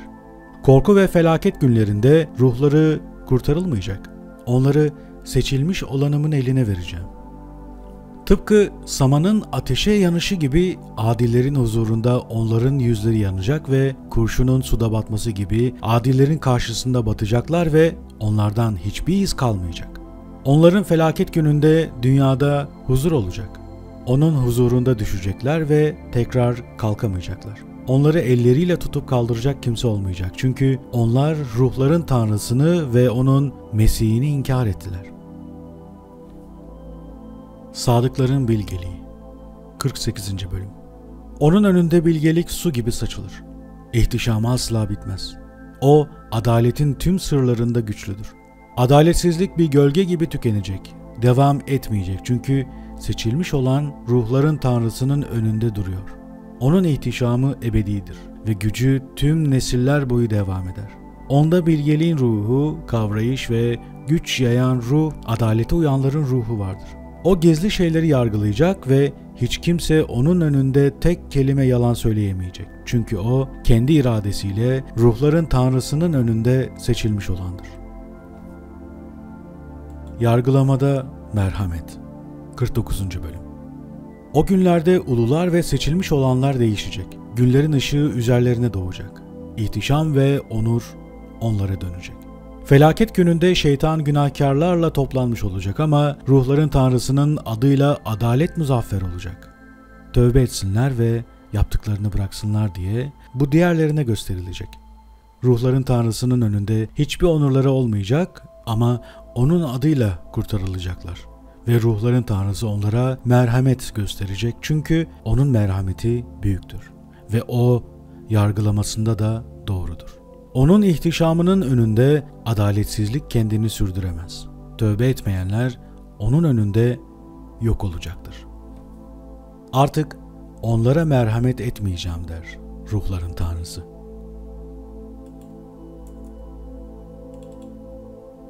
Diriliş 50. bölüm. Ve o günlerde dünya ona emanet edileni rahminden teslim edecek. Cehennem borçlu olduğunu iade edecek ve yıkılışlar sahip olunanı yeniden düzenleyecek. O günlerde onlar arasından adil ve ulu olanları seçecek. Çünkü kurtarılacakları gün geldi. Seçilmiş olan o günlerde tahtına oturacak. Tüm bilgelik sırları ağzından dökülecek. Çünkü o sırları ona ruhların Tanrısı verdi ve onu onurlandırdı. O günlerde dağlar koçlar gibi sıçrayacak. Tepeler süte doymuş kuzular gibi tepinecek. Ve göklerdeki meleklerin yüzü sevinçle parlayacak. Çünkü seçilmiş olan o günlerde ortaya çıkacak. Dünya sevinecek, üzerinde doğruluk hakim olacak ve seçilmişler orada yürüyecek. Metal Dağlar 51. bölüm. O günlerden sonra tüm gizli görüntüleri gördüğüm yerde bir hortuma yakalandım ve batıya doğru taşındım. Orada gözlerim göklerin tüm sırlarını ve dünyada mevcut olan her şeyi gördü. Demirden bir dağ, bakırdan bir dağ, gümüşten bir dağ, altından bir dağ, nikelden bir dağ ve kurşundan bir dağ. Benimle birlikte gelen meleğe sordum. Gizlilik içinde gördüğüm bu şeyler nedir? O da dedi ki, gördüğün bu şeyler onun Mesih'in dünyada güçlü ve etkili olabilmesi içindir. Sonra bu barış meleği bana dedi ki, biraz bekle, göreceksin. Ruhların Tanrısının bildirdiği tüm sırlar sana gösterilecek. Gördüğün bu dağlar, demir dağı, bakır dağı, gümüş dağı, altın dağı, nikel dağı ve kurşun dağı, seçilmiş olanın önünde, ateşin önündeki mum gibi yukarıdan bu dağların üzerine dökülen su gibi olacak. Onun ayakları önünde güçsüz olacaklar. Ve o günlerde kimse ne altınla ne de gümüşle kendini kurtaramayacak. Kimse kaçamayacak. Ne savaş için demir ne de zırh için bir elbise olacak. Metalin faydası olmayacak, kalayın faydası olmayacak ve kurşun istenmeyecek. Seçilmiş olan ruhların Tanrısının önünde ortaya çıktığında tüm bu şeyler dünyanın üzerinden silinip yok olacak. Derin vadideki yargılama 52. bölüm. Orada ağzı açık derin bir vadi gördüm. Dünyada, denizde ve adalarda yaşayan herkes ona hediyeler, hatıra eşyaları getirecek ama o derin vadi dolmayacak. Onlar elleriyle suçlar işler, yaptıkları her şeyi suçla tüketirler. Ama onlar, günahkarlar, ruhların Tanrısının huzurunda yok edilecek. Dünyanın üzerinden sonsuza kadar uzaklaştırılacaklar. Gittim ve orada şeytan için her türlü silah hazırlayan ceza meleklerini gördüm. Yanımda gelen huzur meleğine sordum. Bu silahları kimin için hazırlıyorlar? Bana dedi ki, bunları bu dünyanın kralları ve güçlüleri için hazırlıyorlar ki bunlarla yok edilsinler. Seçilmiş ve adiller topluluğu ortaya çıktığında ruhların Tanrısı adına onlar artık engellenmeyecekler. Ve bu dağlar onun huzurunda toprak gibi, tepeler çeşme gibi olacak ve adiller günahkarların baskısından kurtulacak. 53. Bölüm. Baktım, dünyanın bir başka tarafına döndüm ve ateş içinde yanan derin bir vadi gördüm. Orada gözlerim onlar için nasıl ağırlığı ölçülemez demir zincirler yapıldığını gördü. Ve benimle gelen barış meleğine sordum. Bu zincirler kimin için hazırlanıyor? O da dedi ki, bunlar Azazil'in topluluğu için hazırlanıyor. Onları hapsedip cehennem çukuruna bağlamak için. Ve ruhların Tanrısının emrettiği gibi çeneleri sert taşlarla kaplanacak. Mikail, Cebrail, İsrafil ve Fanuel o büyük günde onları alıp yanan ateşe atacak ki ruhların Tanrısı onların adaletsizliklerinin, şeytana hizmet etmelerinin ve dünyadakileri yoldan çıkarmalarının öcünü alabilsin. O günlerde ruhların Tanrısından ceza gelecek ve göklerin üzerindeki su hazneleri ve dünyanın altındaki su çeşmeleri açılacak. Ve sular sularla birleşecek. Göklerin üzerindeki su eril, dünyanın altındaki su dişildir. Ve o zaman dünyada yaşayan herkes ve göklerin uçlarının altında yaşayanlar yok edilecek. Bu yolla dünyada yaptıkları adaletsizlikleri bilecek, bu şekilde yok edilecekler. 54. Bölüm. Sonra kadim olan pişmanlık duydu ve dedi ki, dünyada yaşayan herkesi boşu boşuna yok ettim. Ve büyük adıyla yemin etti. Bundan sonra dünyada yaşayan herkese böyle yapmayacağım. Göklerde bir imza atacağım ve yerle gök durdukça o imza benimle onlar arasında bir güven simgesi olacak. Bu buyruğuma uygundur. Felaket ve acı gününde meleklerin eliyle onların hakkından gelmek istediğimde kızgınlığım ve cezam onlar üzerinde olacak. Siz dünyada yaşayan güçlü krallar, seçilmiş olanımı, onun görkemli tahtta oturup Azazil'i tüm işbirlikçilerini ve yardımcılarını ruhların Tanrısının adıyla nasıl yargıladığını görmek zorunda olacaksınız. Orada cezalandırma melekleri ordularının yürüdüğünü, ellerinde demirden ve borazandan zincirler tuttuklarını gördüm. Benimle gelen barış meleğine sordum. O zincirleri tutanlar kime gidiyor? O da bana dedi ki, seçilmişlerine ve sevdiklerine gidiyorlar. Vadinin derin çukuruna atılabilsinler diye. O zaman o vadi onların seçilmişleri ve sevdikleriyle dolacak. Hayatlarının günleri tükenecek ve o zamandan sonra yoldan çıkış günleri sayılamayacak kadar çok olacak. O günlerde prensler toplanacak. Başlarını doğuya, partlara ve medlere çevirecekler. Kralları bir huzursuzluk içine sokup rahatsız edecekler ve tahtlarından kaldıracaklar. Krallar bulundukları yerden bir aslanın ininden çıktığı gibi çıksın, bir sürünün ortasındaki aç kurtlar gibi ileri fırlasınlar diye. Yukarı gidip seçilmişlerinin topraklarına adım atacaklar ve seçilmişlerinin toprağı onların önünde bir harman yeri ve yol olacak. Ama benim seçilmiş olanımın şehri onların atlarına engel olacak. Kendi aralarında bir savaşa tutuşacaklar ve kendi sağ kolları onlara karşı güçlü olacak. Yeteri kadar kişi katledilene kadar ne bir adam komşusunu veya kardeşini bilecek ne de bir oğul babasını veya annesini. Cezaları boşuna olmayacak. O günlerde cehennem dağının ağzı açılacak. Onlar onun içine girecekler ve sonları gelecek. Cehennem seçilmişlerin huzurunda günahkarları tüketecek. 55. Bölüm. Ondan sonra üzerlerinde insanların olduğu bazı arabaların geldiğini gördüm. Doğudan ve batıdan güneye doğru esen rüzgarla geliyorlardı. Arabaları büyük bir gürültü çıkarıyordu. Ve tüm bu kargaşa yaşanırken göklerdeki ulular bunu fark etti. Dünyanın sütunları yerinden oynadı ve bunun sesi göklerin bir ucundan diğerine duyuldu. Hepsi koşup ruhların tanrısının önünde diz çöktüler. Böylece ikinci hikaye sona erer. Ve ulularla ve seçilmişlerle ilgili üçüncü hikayeyi anlatmaya başladım. Ne mutlu size ulular ve seçilmişler. Çünkü sizin kaderiniz güzeldir. Ulular güneşin ışığında, seçilmişler ebedi hayatın ışığında olacak. Hayatlarının günleri sonsuz olacak ve uluların günleri sayısız olacak. Işığı arayacaklar ve ruhların tanrısından adaleti bulacaklar. Ebedi Tanrı'nın adıyla ulular huzur bulacak. Ardından gökteki ululara denilecek ki, adaletin sırlarını, inancın mirasını arayın. Çünkü dünya güneş gibi parladı ve karanlık geçti. Hiç bitmeyen bir ışık olacak ve günler hiç sona ermeyecek. Ruhların Tanrısının önünde ışık güçlü olacak ve ruhların Tanrısının önünde doğruluğun ışığı sonsuza kadar sürecek. 57. bölüm. O günlerde gözlerim şimşeklerin, ışıkların ve bunların yaptıkları yargılamaların sırlarını gördü. Bu ışıklar ruhların Tanrısının kararına göre kutsamak ve lanetlemek için çakarlar. Orada gök gürlemesinin sırlarını ve göklerde sesin nasıl yankılandığını duydum. Bana dünyada olanlar da gösterildi. Ruhların Tanrısının isteğiyle gök gürlemesi hem barış hem kutsama hem de lanet içindir.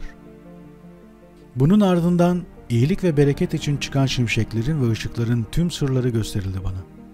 Kutsama ve bereket için olduklarını gördüm. Enoch'un hayatında 500 yılında 7. ayda ve ayın 14. gününde o hikayede göklerin gününün nasıl kudretli bir şekilde sallandığını gördüm. En yücenin topluluğu, melekler, binlerce, on binlerce kere on binlerce varlık büyük bir huzursuzluk içinde titredi. Sonra kadim olanın şanlı tahtında oturduğunu gördüm. Melekler ve ulular onun etrafında duruyordu ve beni büyük bir titreme ve korku sardı. Belim bükülüp gevşedi. Dizlerim çözüldü ve yüzüstü düştüm. Ve yüce kutsal meleklerden biri olan kutsal melek Mikail gönderdi. O melek beni kaldırınca ruhum geri döndü. Çünkü o orduya, göklerin o hareket ve sallantısına bakmaya dayanamamıştım. Mikail bana dedi ki, bu vizyondan neden korktun? Onun merhameti bugüne değin sürdü. Dünyada yaşayanlara karşı hep merhametli ve sabırlı oldu.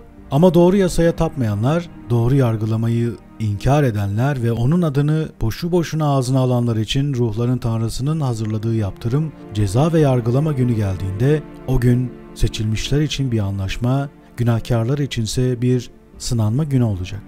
Ruhların Tanrısının gönderdiği ceza onları bulduğunda onlarla kalacak ki ruhların Tanrısının cezası boşa gitmesin. Bu ceza çocukları anneleriyle babalarıyla birlikte öldürecek. Sonra da onun merhamet ve sabrına göre yargılama olacak. O günde yiyecek olarak 2 canavar türeyecek. Bunlardan dişi olanının adı Leviathan olacak ve denizlerin diplerinde su kaynaklarının üstlerinde yaşayacak. Bunların erkek olan canavarsa Behemoth adını taşır. Göğsünün üzerinde hareket eder ve görülemez bir vahşiliği vardır. Yağmurun ruhu haznesinden çıktığı zaman melekler gelir. Hazneyi açıp onu dışarı çıkarır ve yağmur tüm dünyaya yayıldığında dünyadaki sularla birleşir. Sular dünyada yaşayanlar içindir. Göklerdeki en yücenin toprağa verdiği besindir. Bu yüzden yağmur için belirli bir ölçü vardır ve bu meleklerin sorumluluğudur. Tüm bu şeyleri adillerin bahçesine yaklaşırken gördüm. Seçilmişlerin yargılanması ve cennetin ölçümü. 60. bölüm. O günlerde o meleklere uzun ölçüm şeritleri verildi. Melekler kendilerine kanatlar alıp uçtular ve kuzeye doğru gittiler. Meleğe sordum, neden ölçüm şeritleri alıp gittiler? O da dedi ki, ölçmeye gittiler. Ve benimle gelen melek dedi ki, adillerin ve onların birbirleriyle olan bağlarını ölçecekler ki, sonsuza kadar ruhların Tanrısının adıyla huzur içinde kalabilsinler.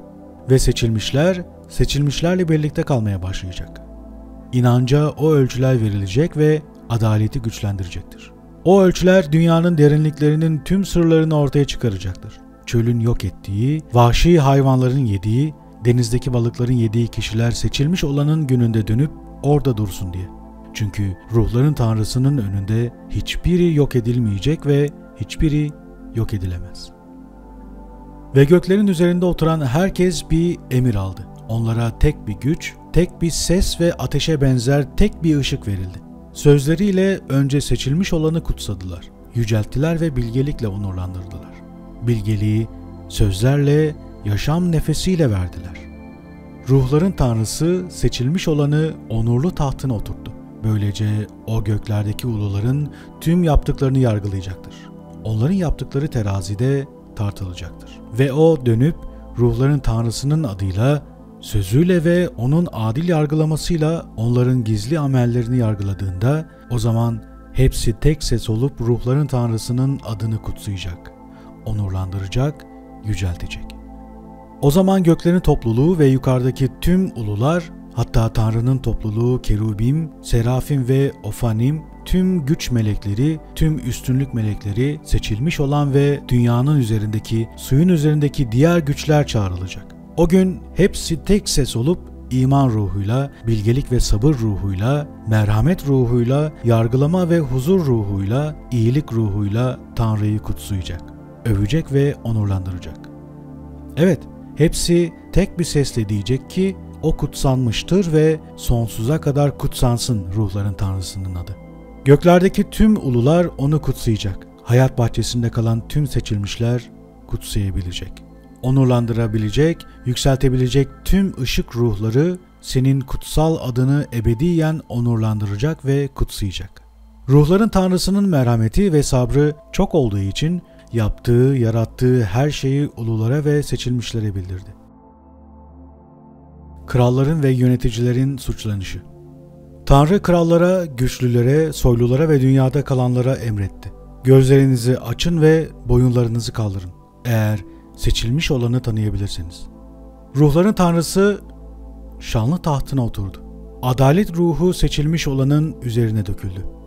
Onun ağzından çıkan kelimeler tüm günahkarları öldürür.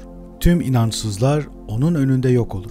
O gün tüm krallar, kudretliler, soylular ve dünyayı elinde tutanlar ayağa kalkacak.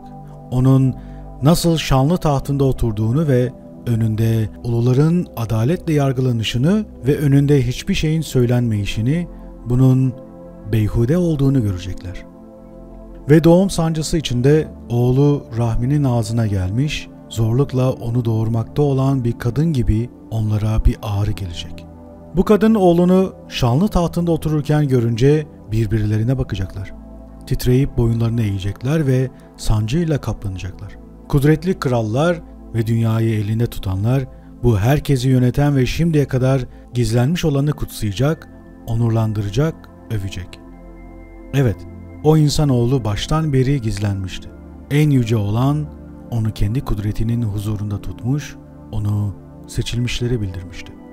Ve ulular ve seçilmişler topluluğu o gün onun önünde duracak.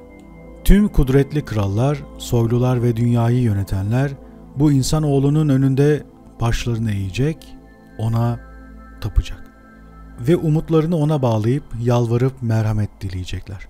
Ama ruhların Tanrısı onlara öylesine bastıracak ki onlar seçilmiş olanın huzurundan uzaklaşacaklar. Yüzleri utançla dolacak, çehreleri kararacak.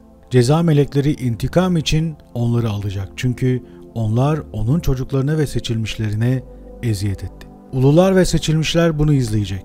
Bu gördüklerine sevinecekler çünkü ruhların Tanrısının gazabı onların üzerinde olacak. Kralların Tanrısı, güçlülerin Tanrısı, yöneticilerin Tanrısı, ihtişam Tanrısı ve bilgelik Tanrısı. O her gizli şeyi aydınlatacaktır. Senin kudretin tüm nesillere hükmeder. Şanın ebedidir. Sırların derin ve sayısızdır. Adaletin sorgulanmaz. Şimdi ruhların Tanrısını, kralların kralını övmemiz, kutsamamız gerektiğini biliyoruz. Ve diyecekler ki onu övmemiz, şükredip kutsamamız ve iman etmemiz için kim bize fırsat verecek? Şimdi biraz zaman istiyoruz ama istediğimizi alamıyoruz. Buraya çekildik, mahrum kaldık. Işığımız sona erdi ve mekanımız sonsuza kadar karanlık. Çünkü onun önünde inanmadık. Kralların Tanrısının adını onurlandırmadık. Tüm işlerimizde Tanrı'yı övmedik. Krallığımızın saltanatına ve şanımıza güvendik. Sınanma ve felaket günümüzde o bizi kurtarmadı.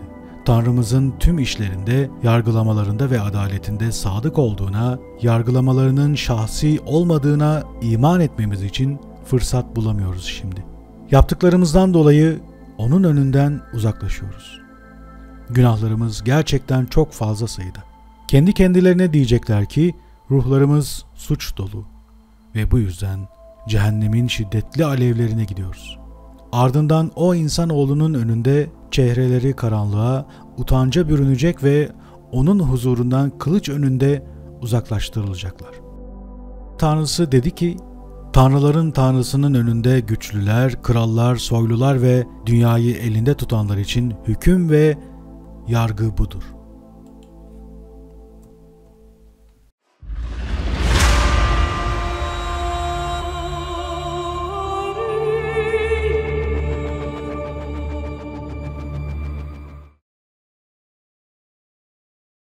Düşmüş melekler hakkında. O gizli yerde başka çehreler de gördüm. Meleğin sesini duydum. Bunlar göklerden dünyaya inen, insanoğullarına gizli şeyleri ifşa eden, yoldan çıkaran ve günah işleten meleklerdir. Enoh'un kehanetleri. O günlerde Nuh, dünyanın suya gömüldüğünü ve yıkımın yakın olduğunu gördü. Ve oradan ayrılıp dünyanın uçlarına gitti. Büyük babası Enok'a seslendi. Acı bir sesle 3 kere "Duy beni, duy beni, duy beni" dedi. Ona dedi ki, bana dünyaya dökülenin ne olduğunu, dünyanın neden bu kadar kötü bir durumda olduğunu ve sallandığını söyle. Yoksa sanırım ben de bununla birlikte yok olacağım. Dünyada büyük bir karmaşa vardı. Göklerden bir ses duyuldu ve yüzüstü düştüm. Büyük babam Enok gelip yanımda durdu. Ve dedi ki, neden bu kadar acı ve feryat içinde bana seslendin? Tanrı'dan dünyada yaşayan herkese bir buyruk geldi. Sonları yakın. Onlar meleklerin tüm sırlarını, şeytanların tüm vahşiliklerini öğrendiler. Gizli güçleri, büyücülüğün güçlerini, tüm dünyada erik metalden şekiller yapanların güçlerini öğrendiler. Topraktan nasıl gümüş çıkarıldığını da öğrendiler. Gümüşten farklı olarak kurşun ve kalay topraktan elde edilmez. Bunları üreten bir çeşme vardır ve o çeşmede bir melek durur. O melek olağanüstüdür. Bunun ardından büyük babam Enok elimden tuttu, kaldırdı ve dedi ki, ruhların tanrısına dünyanın bu durumunu sordum. Adaletsizlikleri nedeniyle onların kararları verildi ve bu karar asla geri alınmayacak. Araştırıp öğrendikleri büyücülük faaliyetleri nedeniyle dünya ve üzerinde yaşayanlar yok edilecek. Onlar için sonsuza kadar hiçbir sığınak da olmayacak. Çünkü onlar gizli olanı açığa çıkardılar ve yargılanacaklar. Ama senin durumunla ilgili olarak oğlum, ruhların tanrısı senin saf olduğunu ve bu sırlarla ilgili suçlardan münezzeh olduğunu biliyor. Senin adının ulular arasında olmasını planladı. Dünyada yaşayanlar arasında seni koruyacak ve senin adalet tohumuna güç ve şan verecek. Ve tohumun sonsuza kadar sadıkların ve uluların çeşmesi olacak. Tufanı kontrol eden melekler. 65. bölüm. Sonra dünyada yaşayan herkese yargılama ve yıkım getirmek için gelip dünyanın altındaki tüm suların gücünü serbest bırakmaya hazırlanan ceza meleklerini gösterdi bana. Ve ruhların tanrısı ileri çıkan meleklere suları yükseltmemelerini, kontrolleri altında tutmalarını söyledi. Çünkü o melekler suların gücünü yönetiyordu. Sonra Enok'un huzurundan ayrıldım. Tanrı'nın Nuh'a sözü. Mikail ve Rafael yargılamayı konuşuyor. 67. bölüm. Ardından büyük babam Enok, ona verilen hikayeler kitabındaki tüm sırları öğretti bana. Bunları benim için hikayeler kitabına yazdı. O gün Yüce Mikail, Rafael'e dedi ki, meleklerin yargılanmasının şiddetinden dolayı ruhun gücü beni sersemletiyor, titretiyor. Onları eriten bu şiddetli yargılamaya kim dayanabilir? Yüce Mikail tekrar Rafael'e dedi ki, liderleri yüzünden onlara uygulanan bu yargılama karşısında kimin kalbi yumuşamaz, kimin içi titremez? Ve yargılama, melekler ruhlar tanrısının huzurundayken devam etti. Ruhların tanrısının önünde Yüce Rafael, Rakael'e dedi ki, Tanrı'nın gözü önünde olamayacaklar. ruhların tanrısı onlara kızdı.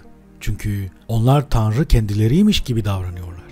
O yüzden gizli bir yargı ebediyen buldu onları şimdi. Ne melekler ne de insanlar gidip onlara eşlik eder. Onlar bu yargılamaya ebediyen tek başlarına maruz kaldılar. 68. bölüm. Bu yargılama esnasında korkup titriyecekler. Çünkü bu yargılama dünyada yaşayan herkese gösterildi. O meleklerin adlarıyla ilgili olarak ilki Semyaza, ikincisi Artikafa, üçüncüsü Armen, dördüncüsü Kakabel, beşincisi Turael, altıncısı Rumyel, yedincisi Danyal, sekizincisi Kael, dokuzuncusu Barakel, onuncusu Azazel, 11'incisi Armers, 12'incisi Bataryal, 13'üncüsü Basasael, 14'üncüsü Hananel, 15'incisi Turyal, 16'ncısı Simapisel, 17'incisi Yetarel, 18'incisi Tumael, 19'uncusu Tarel, 20'incisi Rumel, 21'incisi Azazyel. Bunlar onların onlarca ve yüzlercesini yöneten liderleri ve adlarıdır. İlkinin adı Yekun'du. O, kutsal meleklerin tüm çocuklarını saptıran, onları dünyaya getirip insanların kızlarıyla yoldan çıkarandır. İkincisinin adı Kesabel'di. O, meleklerin kutsal oğullarına şeytani kılavuzlukta bulundu ve onları yoldan çıkarıp vücutlarını insanların kızlarıyla kirletmeye sevk etti. Üçüncüsü Gadriel'di. O, insanoğullarına tüm öldürücü darbelerini gösterdi ve Havva'yı yoldan çıkardı. İnsanoğullarına savaş zırhlarını, savaş kılıçlarını ve diğer tüm ölüm silahlarını gösterdi. O zamandan sonra nesilden nesile dünyada yaşayanlara tüm bu şeyler onun elinden geçti. Dördüncüsünün adı Penemuel'di. O, insanoğullarına acıyı ve tatlıyı ve meleklerin bilgeliklerinin tüm sırlarını öğretti. İnsanlara mürekkep ve kağıtla yazmayı öğretti. Böylece bugüne kadar pek çokları günaha girdi. İnsanlar böyle bir amaç için inançlarını kalem ve mürekkeple göstermek için yaratılmadı. İnsanlar tıpkı melekler gibi yaratıldı ki doğru ve saf kalabilsinler ve her şeyi yok eden ölüm onlara dokunmasın. Ama şimdi bilgileri nedeniyle yok oluyorlar ve bu güç onları tüketiyor. Beşincisinin adı Kasteya'ydı. Bu, insanoğullarına kirli ruhların ve şeytani varlıkların tüm kötü etkilerini gösterendir. Düşük olması için rahimdeki embriyonun nasıl öldürüleceğini gösterdi. Yılan ısırıklarıyla ruha zarar vermeyi ve yılanın oğlu Tabaetle öğlen vakti meydana getirilen yıkıcı etkileri öğretti. Kasbaal'in görevi en ulu olanın tüm görkemiyle yaşarken ululara sunduğu ahidin liderliğini yapmaktadır. Melek Beka Mikail'den ona gizli adı göstermesini istedi. Böylece o gizli adı ahitte söyleyebilecek insanoğullarına tüm gizli şeyleri açıklayanlar o adın ve ahidin önünde titriyecekti. O ahidin gücü o kadar yüksektir. Çok kudretlidir.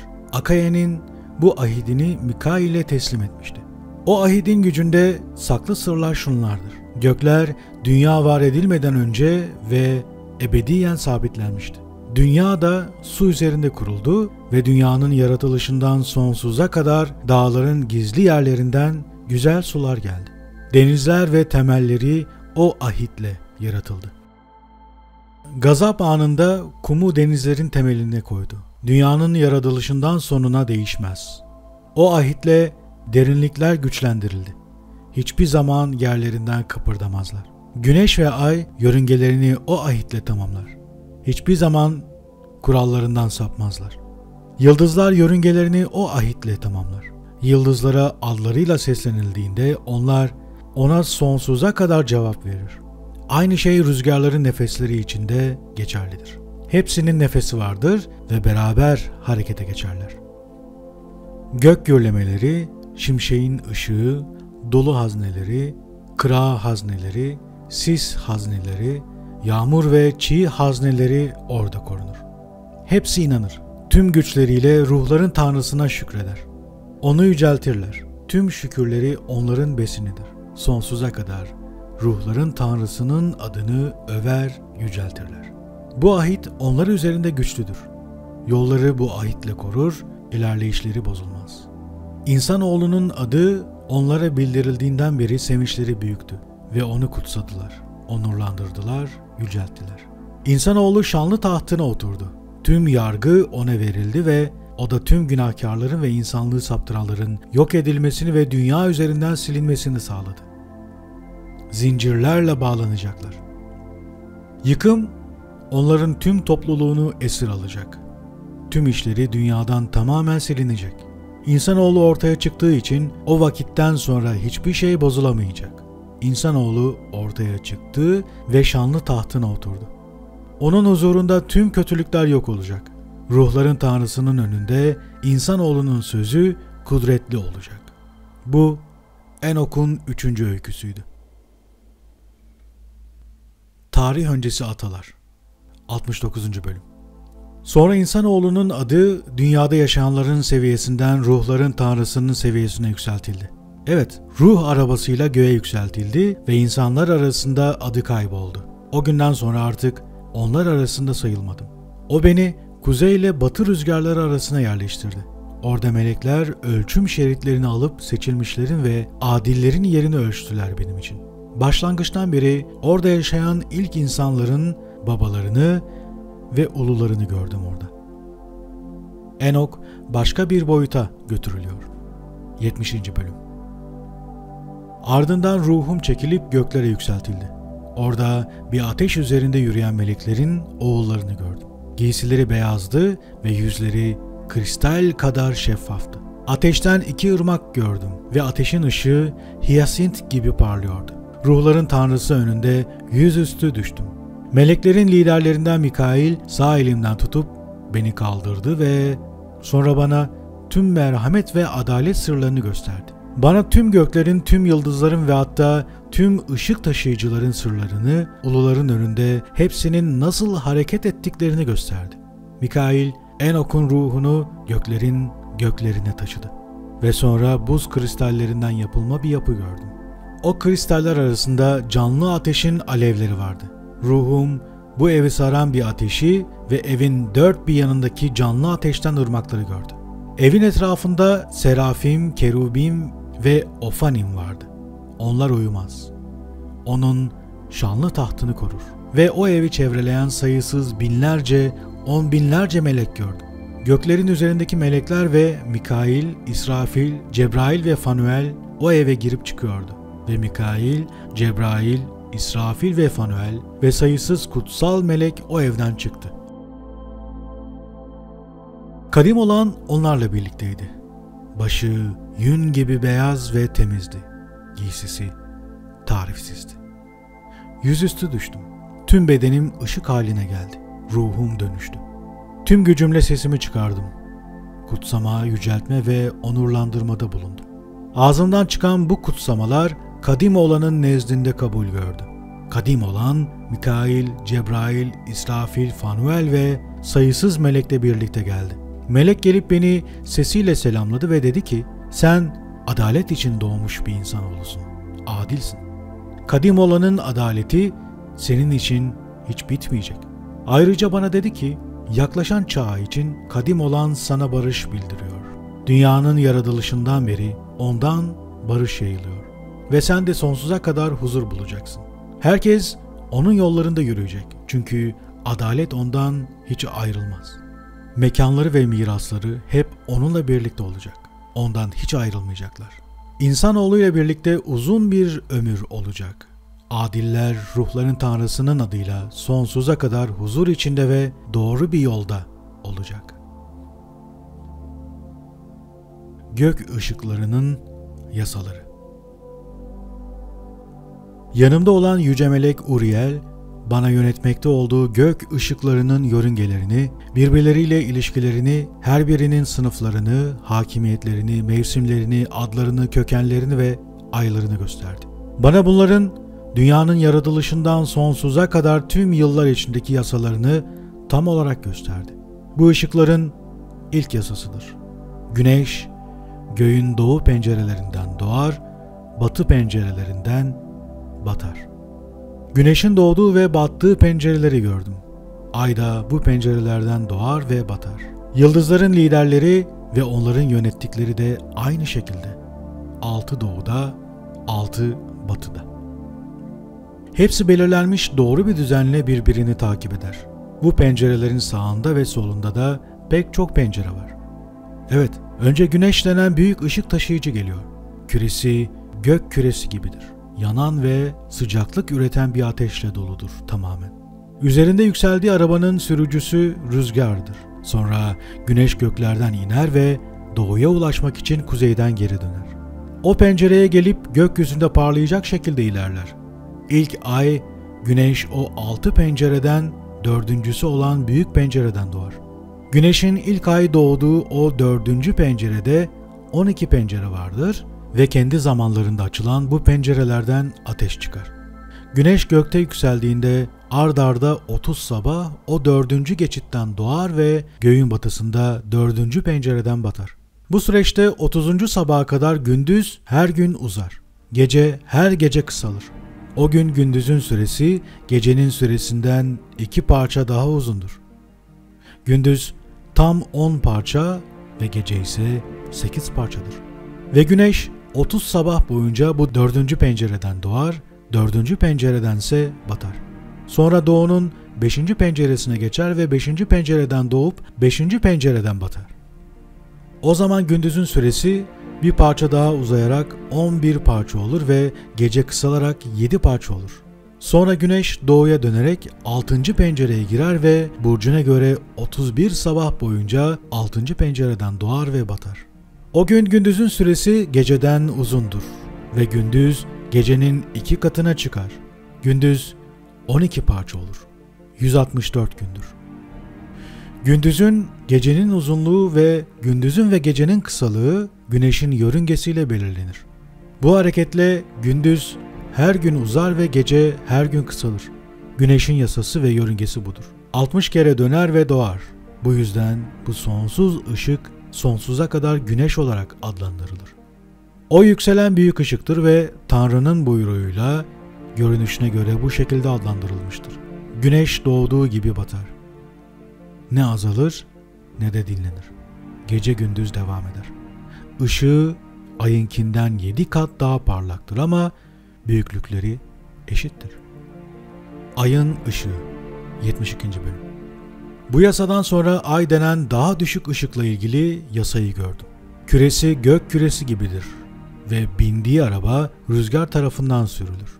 Işık ona belirli bir ölçüyle verilir. Doğuşu ve batışı her ay değişir. Günleri güneşin günleri gibidir ve ışığı tam olduğunda güneşin ışığının 7'de 1'i kadardır ve o şekilde doğar. İlk evresi 30. sabah doğudan başlar. O gün görünür olup ayın ilk evresini oluşturur sizin için. Güneşle birlikte güneşin doğduğu pencereden doğar. Yarısı 7 parçadır. 14 parçanın 7'de 1'lik parçası hariç tamamen boştur. O gün ışığının yarısının 7'de 1'lik parçasını aldığında ışığı yarısının 7'de 1'ine ulaşır. Güneşle birlikte batar. Güneş doğduğunda ay onunla birlikte doğar ve ışığın bir parçasının yarısını alır. O gece gününün başlangıcında ay güneşle birlikte batar ve o gece 14 parçadan birinin yarısı hariç görünmezdir.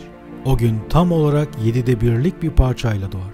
Güneşin doğuşundan uzaklaşır ve kalan günlerinde kalan 13 parçasıyla birlikte parlar. 73. bölüm. Sonra onun bir diğer yörüngesini ve yasasını, o yasaya göre aylık yörüngesini tamamlayışını gördüm. Yöneticileri olan yüce melek Uriel hepsini gösterdi bana. Ve o gösterdikçe ben de bunların hepsini, aylarını ve 15 gün tamamlanana kadar bu yörüngede görünen ışıkları yazdım. Ay 7'de 1'lik tek bir parçada doğudaki tüm aydınlığını tamamlar ve 7'de 1'lik tek bir parçada batıdaki tüm karanlığını tamamlar. Belirli aylarda batışlarını değiştirir ve belirli aylarda kendine özgü bir yörünge izler. Ay 2 ay boyunca ortadaki 2 pencerede, 3. ve 4. pencerelerde güneşle birlikte batar. 7 gün boyunca 3. pencereden doğar ve turunu tamamlar. Sonra güneşin doğduğu pencereye döner ve bu şekilde tüm ışığını tamamlar. Sonra güneşten uzaklaşır. 8 gün boyunca güneşin doğduğu 6. pencereye girer. Güneş 4. pencereden doğduğunda ay 7 gün boyunca oradan doğar. Sonra 5. pencereden doğar. Ve yine 7 gün içinde 4. pencereye döner ve tüm ışığını tamamlar. Sonra uzaklaşır ve 8 gün boyunca ilk pencereye girer. Yine 7 günde güneşin doğduğu 4. pencereye döner. 7 gün içinde güneşin doğduğu 4. pencereye döner tekrar.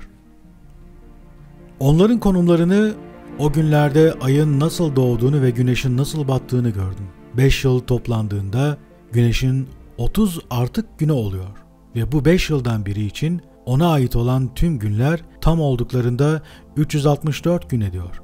Güneşin ve yıldızların artık süresi 6 gün ediyor. 5 yılda her bir yıl için 6 günden 30 gün ediyor. Böylece ay 30 gün güneşten ve yıldızlardan geri düşüyor. Güneş ve yıldızlar tüm yılları tam bir şekilde tamamlıyor. Böylece konumları ne bir gün ileri gidiyor ne de geri kalıyor. Tam doğrulukla 364 günde tamamlıyor. 3 yılda 1092 gün, 5 yılda 1820 gün, 8 yılda ise 2912 gün vardır. Sadece ay için 3 yılda gün sayısı 1062'dir ve 5 yılda ay 50 gün geri kalır. Yani toplama 62 gün eklenir. 5 yılda 1770 gün vardır ve dolayısıyla ayın 8 yıldaki gün sayısı da 2832 ediyor. 8 yıldaki geri kalış süresi 80 gün olduğu için 8 yılda 80 gün geride kalır ve yıl onların 30 gün boyunca doğup battıkları pencerelerdeki konumlarıyla doğru bir şekilde tamamlanır. 12 ruh ve pencereler. 74. bölüm. Tüm yaratılışa ve tüm yıldızlara yıl hesabında eklenen 4 ek günle birlikte hükmen binlercesinin başlarının liderleri de bunlardır.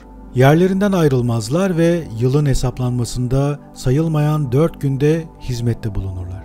İnsanlar onlardan dolayı hata yapar çünkü o ışıklar kendi yerlerinde, biri ilk pencerede, biri göklerin 3. penceresinde, biri 4. pencerede ve biri 6. pencerede olmak üzere 4 hizmette bulunurlar.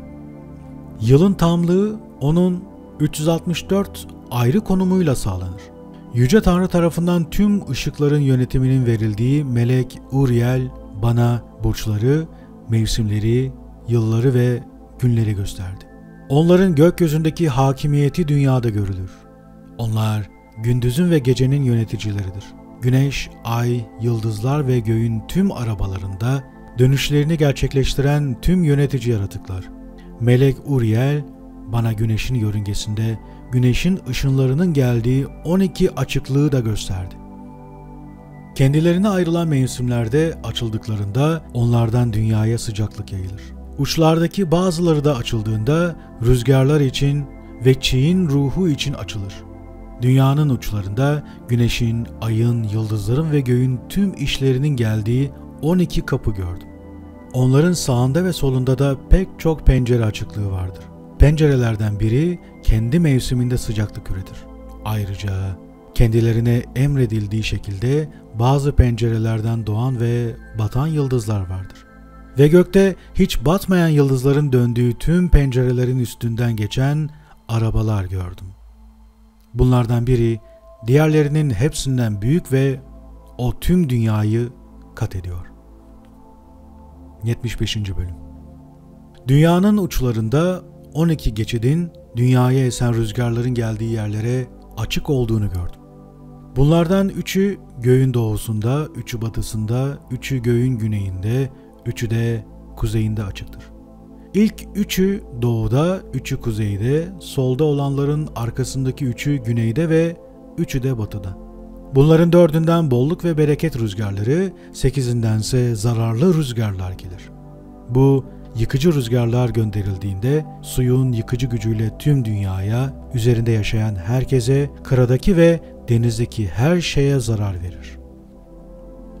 O pencerelerden gelen ve doğu rüzgarı olarak adlandırılan ilk rüzgar doğudaki ilk pencereden gelir ve güneye yönelir. Issızlık, kuraklık, sıcaklık ve yıkım getirir. Ortadaki ikinci geçittense uygun olan şeyler, yağmur, bolluk, bereket ve çiğ gelir. Ve kuzeydeki 3. pencereden soğuk ve kuraklık gelir.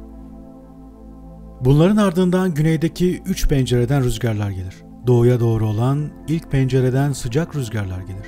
Onun yanındaki orta pencereden hoş kokular, çiğ, yağmur, bolluk ve sağlık gelir. Batıdaki 3. pencereden çiğ, yağmur, çekirgeler ve yıkım gelir. Bu kuzey rüzgarlarından sonra doğudaki 7. pencereden çiğ, yağmur, çekirgeler ve yıkım gelir. Orta pencereden sağlık, yağmur, çiğ ve bereket gelir. Batıdaki 3. pencereden bulut, kıra, kar, yağmur, çiğ ve çekirgeler gelir. Batı rüzgarları 4. bölümdedir. Kuzeye doğru olan ilk pencereden çiğ, kıra, soğuk, kar ve kıra gelir. Orta pencereden çiğ, yağmur, bolluk ve bereket gelir. Güneye doğru olan son penceredense kuraklık, sıcaklık ve yıkım gelir. Böylece göğün 4 merkezinin 12 penceresi tamamlanır. Bunların tüm yasalarını, faydalarını ve zararlarını açıkladım sana, oğlum Metuşela. 4 yön, 12 dağ, ırmaklar. 76. bölüm. İlk rüzgara doğu rüzgarı derler çünkü o ilktir. İkinciye güney derler çünkü en yüce oraya inecektir. Sonsuza kadar kutsanmış olan çok olağanüstü bir şekilde inecek oraya. Batı rüzgarına azalan denir çünkü orada göğün tüm ışıkları solar ve gider. Kuzey denen 4. rüzgar 3 parçaya ayrılır. Bunlardan ilki insanların yaşaması içindir. İkincisi denizler, derin mağaralar, ormanlar, ırmaklar, karanlık ve bulutlar içindir. Ve üçüncüsü cennet bahçesidir. Dünyadaki tüm dağlardan yüksek olan 7 yüksek dağ gördüm. Günler, mevsimler ve yıllar geçtikçe onlardan kırağa gelir. Tüm nehirlerden daha büyük olan 7 nehir gördüm dünyada. Bunlar arasında batıdan geleni sularını doğuda Eritre denizine döker. İkisi kuzeyden gelip denize yönelir ve sularını doğuda Eritre denizine boşaltır. Kalan 4'ü kuzeyden gelip kendi denizlerine giderler ve bunlardan ikisi Eritre denizine, ikisi ise büyük sulara boşalır. Ama kimisi de çöle boşaldıklarını söyler. Denizde ve karada 7 büyük ada gördüm. İkisi karada, 5'i de büyük denizdeydi. Güneşin ve ayın adları, ayın periyotları. 77. bölüm. Güneşin diğer adları şöyledir. Birincisi Aryares, diğeri Thomas. Ayın 4 ismi vardır. Birincisi Asonya, ikincisi Ebla, üçüncüsü Benase ve dördüncüsü Eraye. Bunlar 2 büyük ışıktır. Küreleri gök küresi gibidir ve büyüklükleri eşittir. Güneş küresinde ayın 7 katı kadar ışık vardır. Bu ışık belirli bir ölçüde aya eklenir. Bunlar batı pencerelerine gider. Kuzeyden döner ve göğün doğu pencerelerinden doğarlar. Ay doğduğunda 14 parçasından biri görülür gökte. 14. günde ışığını tamamlar. 15. güne kadar 15 parça ışık aktarılır ve yılın burcuna göre ışığı tamamlandığında 15 parça olur. Böylece ay ilk 14 günlük hareketini tamamlar.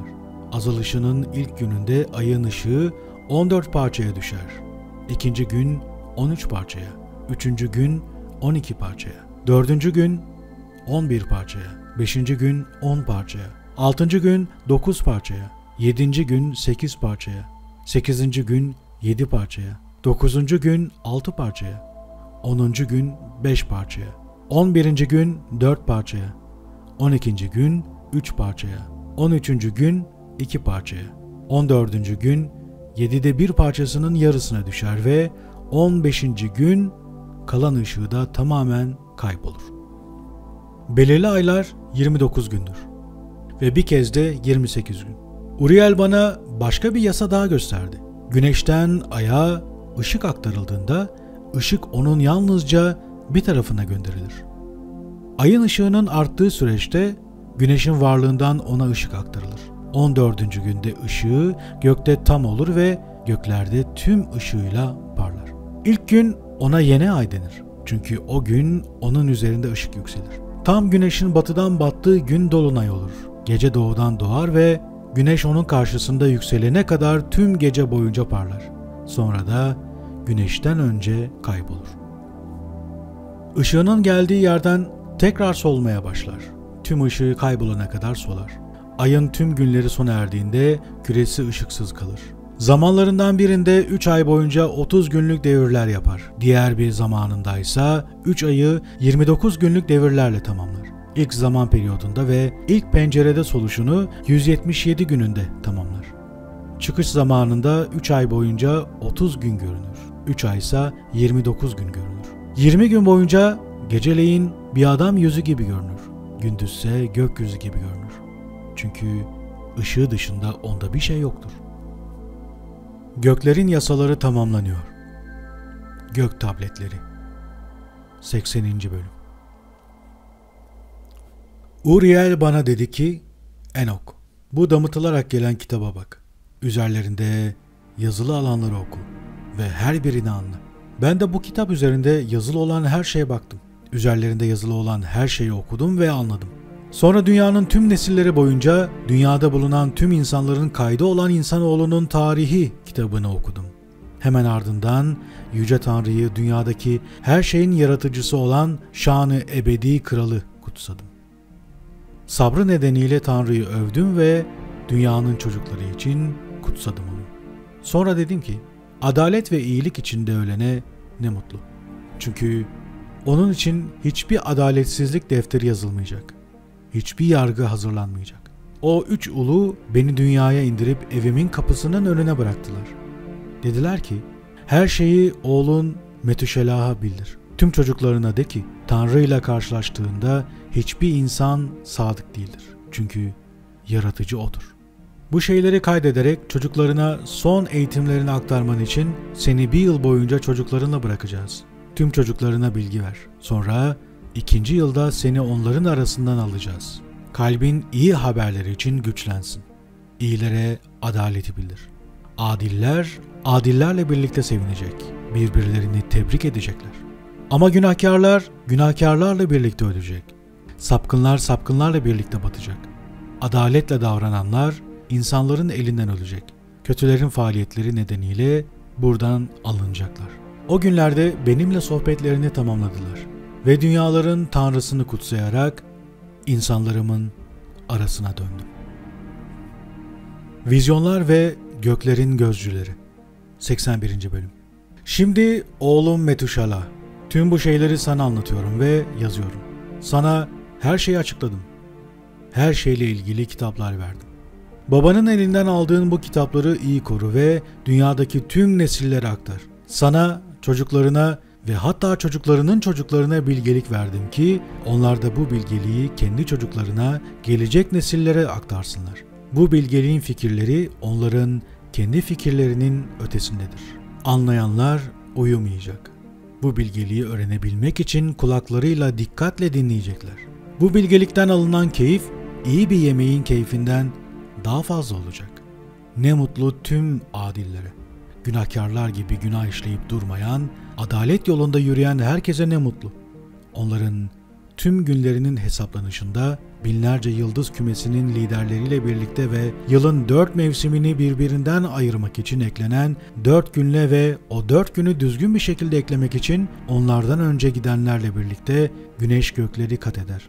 30 gün boyunca pencerelere girer ve çıkar. Bu 4 gün yüzünden insanlar hata yapacak. Yılın tam sayısını sayarken o 4 günü saymayarak hata yapacaklar. Evet, insanlar hata yapacak ve doğru bir şekilde saymayacaklar onları. O 4 gün yılın sayımına dahildir ve sonsuza kadar adaletle kaydedilirler. Biri ilk pencerede, biri 3.'de, biri 4.'de ve biri de 6.'da. Böylece yıl 364 günde tamamlanır. Bu hesap doğrudur ve tam olarak kaydedilmiştir. Tüm yaratılışın Tanrısı tarafından gök cisimlerinin yönetiminin verildiği Uriel bana ışıkları, ayları, bayramları, yılları ve günleri gösterdi. O, gece ve gündüz göklerdeki hakimiyetiyle ışığın insanlara ulaşmasını sağlar. Güneş, ay, yıldızlar ve kendi yörüngelerinde dönen tüm gök güçleri. Yıldızları doğru mevsimlere, bayramlara ve aylara yerleştiren düzen böyledir. Bunların kendi zamanlarında, düzenlerinde, mevsimlerinde, aylarında, hakimiyet dönemlerinde ve konumlarında girişlerini izleyen ve yönetenlerin adları. Yılı 4 parçaya ayıran 4 liderler girer önce. Onlardan sonra ayları birbirinden ayıran 12 lider. 364 günü birbirinden ayıran binlercesinin lideri vardır ve eklenen 4 günle ilgili olarak yılın 4 parçasını birbirinden ayıran liderler vardır. Binlercesini yöneten bu liderler birbiri ardına çizilmiş durumdadır. Her biri belirli bir konumun ardındadır ama bölümleri liderleri belirler. Yılı 4 parçaya bölmekle görevli liderlerin adları şunlardır: Milkiel, Helemmelek, Meleyal ve Narel. Ve onları yönetenlerin adları Adnarel, Iyasusael ve Elomeel'dir. Bu üçü de yıldız sınıflarının liderlerinin emirlerini izler. Yılın 4 parçasını birbirinden ayıran yerlerin liderlerini izleyen 3 lideri takip eden bir tane daha vardır. Yılın başlangıcında önce Melkeyal yükselir ve hakim olur. Ona tam ayini ve güneş de denir. Onun hakimiyet günleri 91 gündür. Onun hakimiyet günlerinde dünyada görülen işaretler ter, sıcaklık ve durgunluktur. Tüm ağaçlar meyve verir. Yapraklar çıkar, buğday hasat edilir, etrafta güller ve diğer tüm çiçekler açar. Ama kışın ağaçlar solar. Onların altındaki liderlerin adları şöyledir: Barkael, Zelepsel ve 1000 tanesinin yöneticisi olarak eklenen bir diğeri de Hilyasef ve bu liderin hakimiyet günleri sona erer. Ondan sonra gelen lider parlayan güneş diye adlandırılan Helemmelek'tir. Işığının süresi 91 gündür. Onun dünyadaki günlerinin işaretleri artan sıcaklık, kuraklık, ağaçların meyvelerinin olgunlaşması ve yemeğe hazır hale gelmesidir.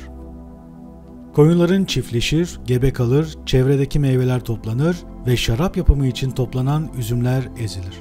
Bunlar onun hakimiyet günlerinde meydana gelir. Binlercesinin başı, onların liderlerinin adları ve sırası şöyledir: Gedayel, Kel, Hel. Onlara 1000 tanesinin bir diğer lideri eklenir: Asfael ve hakimiyet günleri sona erer.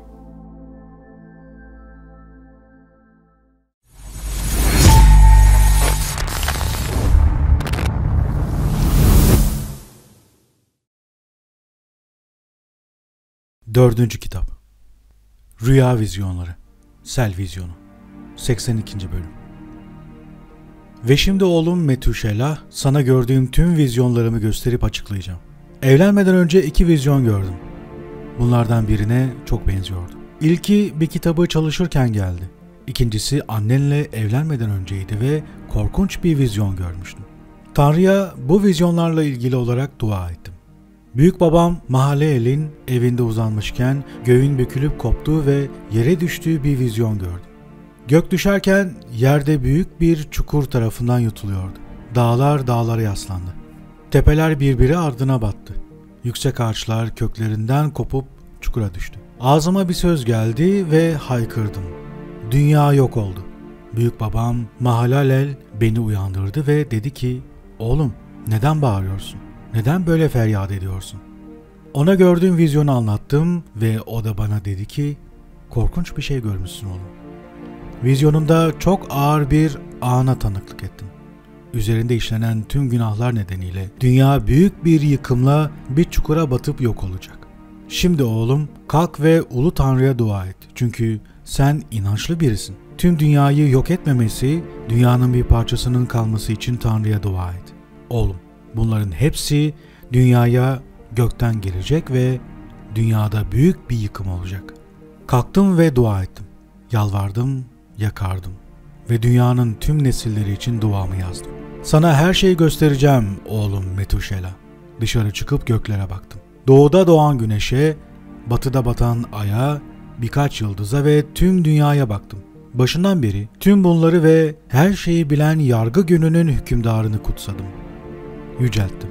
Çünkü güneşi doğunun pencerelerinden doğuran, göğe yükselten ve gösterdiği yörüngede yürüten O'dur. 83. bölüm.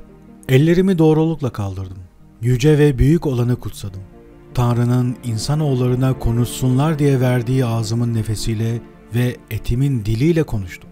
Ulu Tanrı onlara bir dil ve ağız vermiş ki şunları söyleyebilsinler. Çok büyüksün Ulu Tanrı. Çok güçlü ve çok kudretlisin. Tüm varoluşun Tanrısı. Kralların kralı.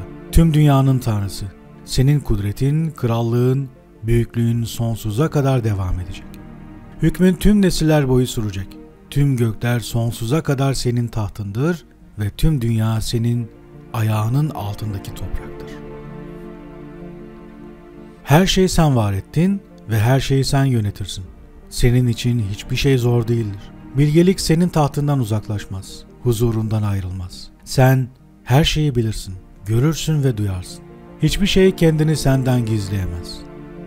Göklerinin melekleri saygısızlık suçu işledi ve büyük yargı gününe kadar gazabın tüm insanların üzerinde. Ve şimdi Yüce Tanrı, kudretli Kral, duamı kabul etmen için sana yalvarıyorum. Bana dünyada bir nesil bırak, tüm insanları yok etme.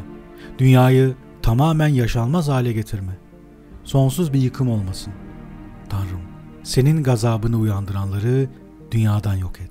Ama sadık ve doğru olanları sonsuz bir tohum haline getir.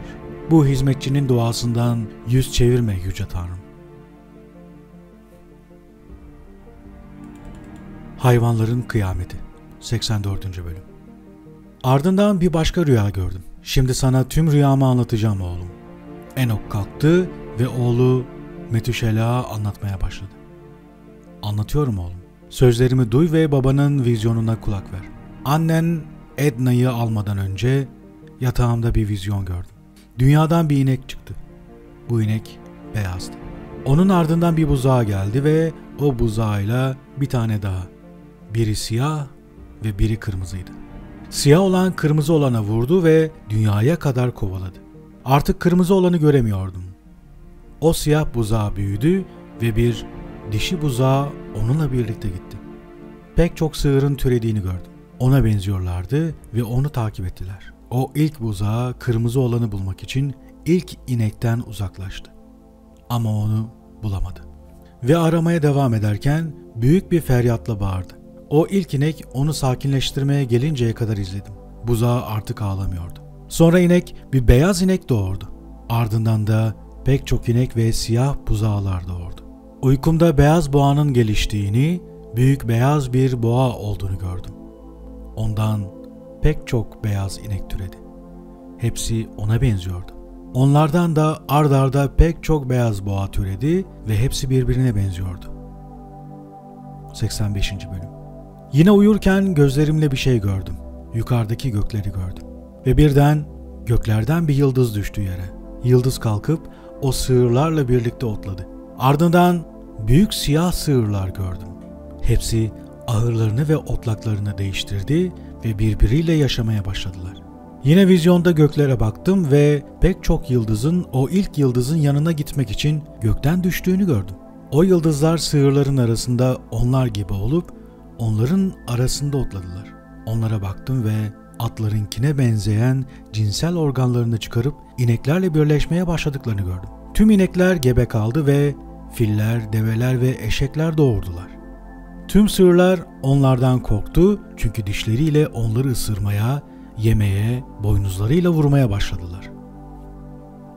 O sığırları yemeye başladılar ve dünyanın tüm çocukları onların önünde titremeye ve onlardan kaçmaya başladı.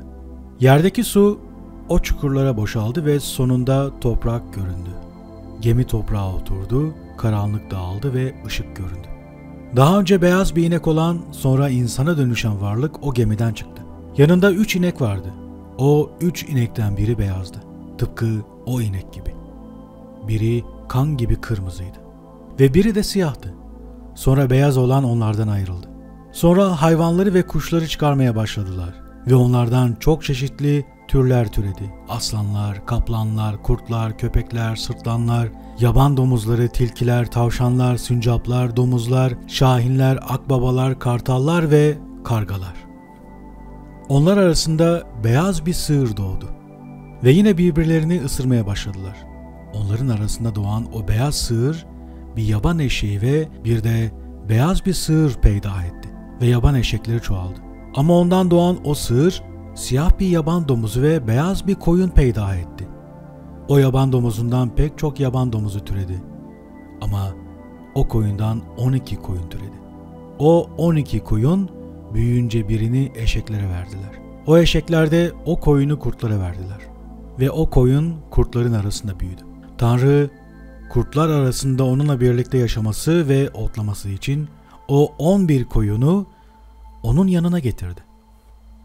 Çoğalıp pek çok koyun sürüsü meydana getirdiler. Ve kurtlar korkmaya ve onlara baskı yapmaya başladı. Sonunda kurtlar koyunların yavrularını yok etmek için onları geniş bir su akıntısına attı. Koyunlar yavruları için feryat etmeye ve durumu tanrılarına şikayet etmeye başladılar. Kurtların elinden kaçan bir koyun yaban eşeklerinin arasına gitti. Feryat eden, ağlayan ve tüm güçleriyle tanrılarını arayan o koyunları gördüm. Ve koyunların tanrısı yüksek bir yerden koyunların sesinin olduğu yere alçaldı. Yanlarına gelip onları otlattı. Kurtlardan kaçan o koyunu çağırdı. Onunla kurtlar hakkında konuştu ve ona gidip kurtları bir daha koyunlara dokunmamaları için uyarması gerektiğini söyledi. Tanrılarının emri üzerine koyun kurtlara gitti. Yolda o koyuna başka bir koyun rastladı ve birlikte devam ettiler. Kurtların mekanına gelip onlarla konuştular. Bundan sonra koyunlara dokunmamaları gerektiği konusunda onlara uyarıda bulundular. Sonra kurtların tüm güçleriyle koyunlara zulmettiğini, koyunların da feryat ettiğini gördüm. Tanrıları koyunların yanına geldi ve kurtlara vurmaya başladılar. Kurtlar inlemeye başladı. Koyunlar sakinleşti ve ağlamayı kestiler. Koyunların kurtlardan uzaklaştığını gördüm. Kurtların gözleri kör olmuştu ama kalan kurtlar tüm güçleriyle koyunların peşine düştü. Ve koyunların tanrısı onlarla birlikte gitti. Onlara liderlik yaptı. Ve koyunlar onu izledi. Koyunların tanrısının yüzü parlıyordu ve çehresi göz kamaştırıcıydı. Yine de kurtlar o koyunları büyük bir denize kadar takip etti. Ama gözlerinin önünde deniz ikiye ayrıldı ve tanrıları onlarla kurtlar arasında durarak koyunları sudan geçirdi. Kurtlar henüz onları görmeden koyunlar denizin ortasına ilerledi ve kurtlar da onların peşinden gitti. Kurtlar koyunların tanrısını gördüklerinde kaçmak için geri döndüler. Ama sular birleşip normal haline döndü ve kurtları kapladı. O koyunları izleyen tüm kurtların boğularak ölüşünü izledim. Ama koyunlar sudan çıktılar ve hiç suyun ve otun olmadığı bir çöle gittiler. Gözlerini açıp görmeye başladılar. Koyunların tanrısının onları otlattığını, onlara su ve ot verdiğini gördüm. Ve bir koyun diğer koyunlara liderlik etmek için ileri çıktı. O koyun yüksek bir kayaya tırmandı ve koyunların tanrısı o koyunu onlara gönderdi. Sonra koyunların tanrısının onların önünde durduğunu gördüm. Görünüşü çok olağanüstü heybetliydi. Ve tüm o koyunlar onu gördü ve ondan korktu. Yanlarındaki o lider koyuna korku içinde dediler ki, Tanrımızın önünde duramıyor, ona bakamıyoruz. Onlara liderlik eden o koyun dönüp bir kez daha o kayanın zirvesine çıktı. Ama koyunların gözü kör olmaya başladı ve kendilerine gösterilen yoldan uzaklaşmaya başladılar. Koyunların tanrısı onlara çok kızdı. O koyun durumu öğrendi. Kayadan indi, koyunların yanına gitti. Çoğunun gözünün kör olduğunu ve onun yolundan saptığını gördü. Koyunlar onu gördüklerinde korkup titrediler ve ağlarına dönmek istediler. Lider koyun yanına diğer koyunu alıp yoldan çıkan koyunların yanına gitti ve onları öldürmeye başladı. Bu koyunlar onun varlığından korktu çünkü o koyun yoldan sapan diğer koyunları sürüye geri getirmişti ve o koyunlar ağlarına geri döndü. O vizyonda o koyunun bir insan haline geldiğini, koyunların tanrısı için bir ev inşa ettiğini ve tüm koyunları o eve yerleştirdiğini gördüm. Koyunların bazı liderlerinin öldüğünü gördüm. Tüm büyük koyunların ölümünü ve onların yerine küçük olanların yetişmesini izledim ve hepsi bir su akıntısının yakındaki bir otluğa geldi. Sonra koyunların bir insan haline gelmiş olan lideri de onlardan ayrıldı ve öldü.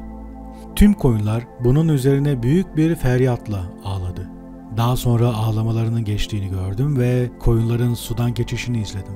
Daha önce onlara liderlik etmiş ama ölmüş olanların yerine onlara liderlik etmek üzere liderler çıktı. Koyunların iyi bir yere, harika bir ülkeye varışlarını izledim. Koyunların o güzel ülkedeki evin içinde sevindiklerini gördüm. gözleri bazen açıldı, bazen de onlara liderlik edecek bir başka koyun çıkana kadar tekrar kör oldu. Lider onları tekrar bir araya getirdi ve gözleri açıldı. Ama köpekler, tilkiler ve yaban domuzları o koyunları yemeye başladı.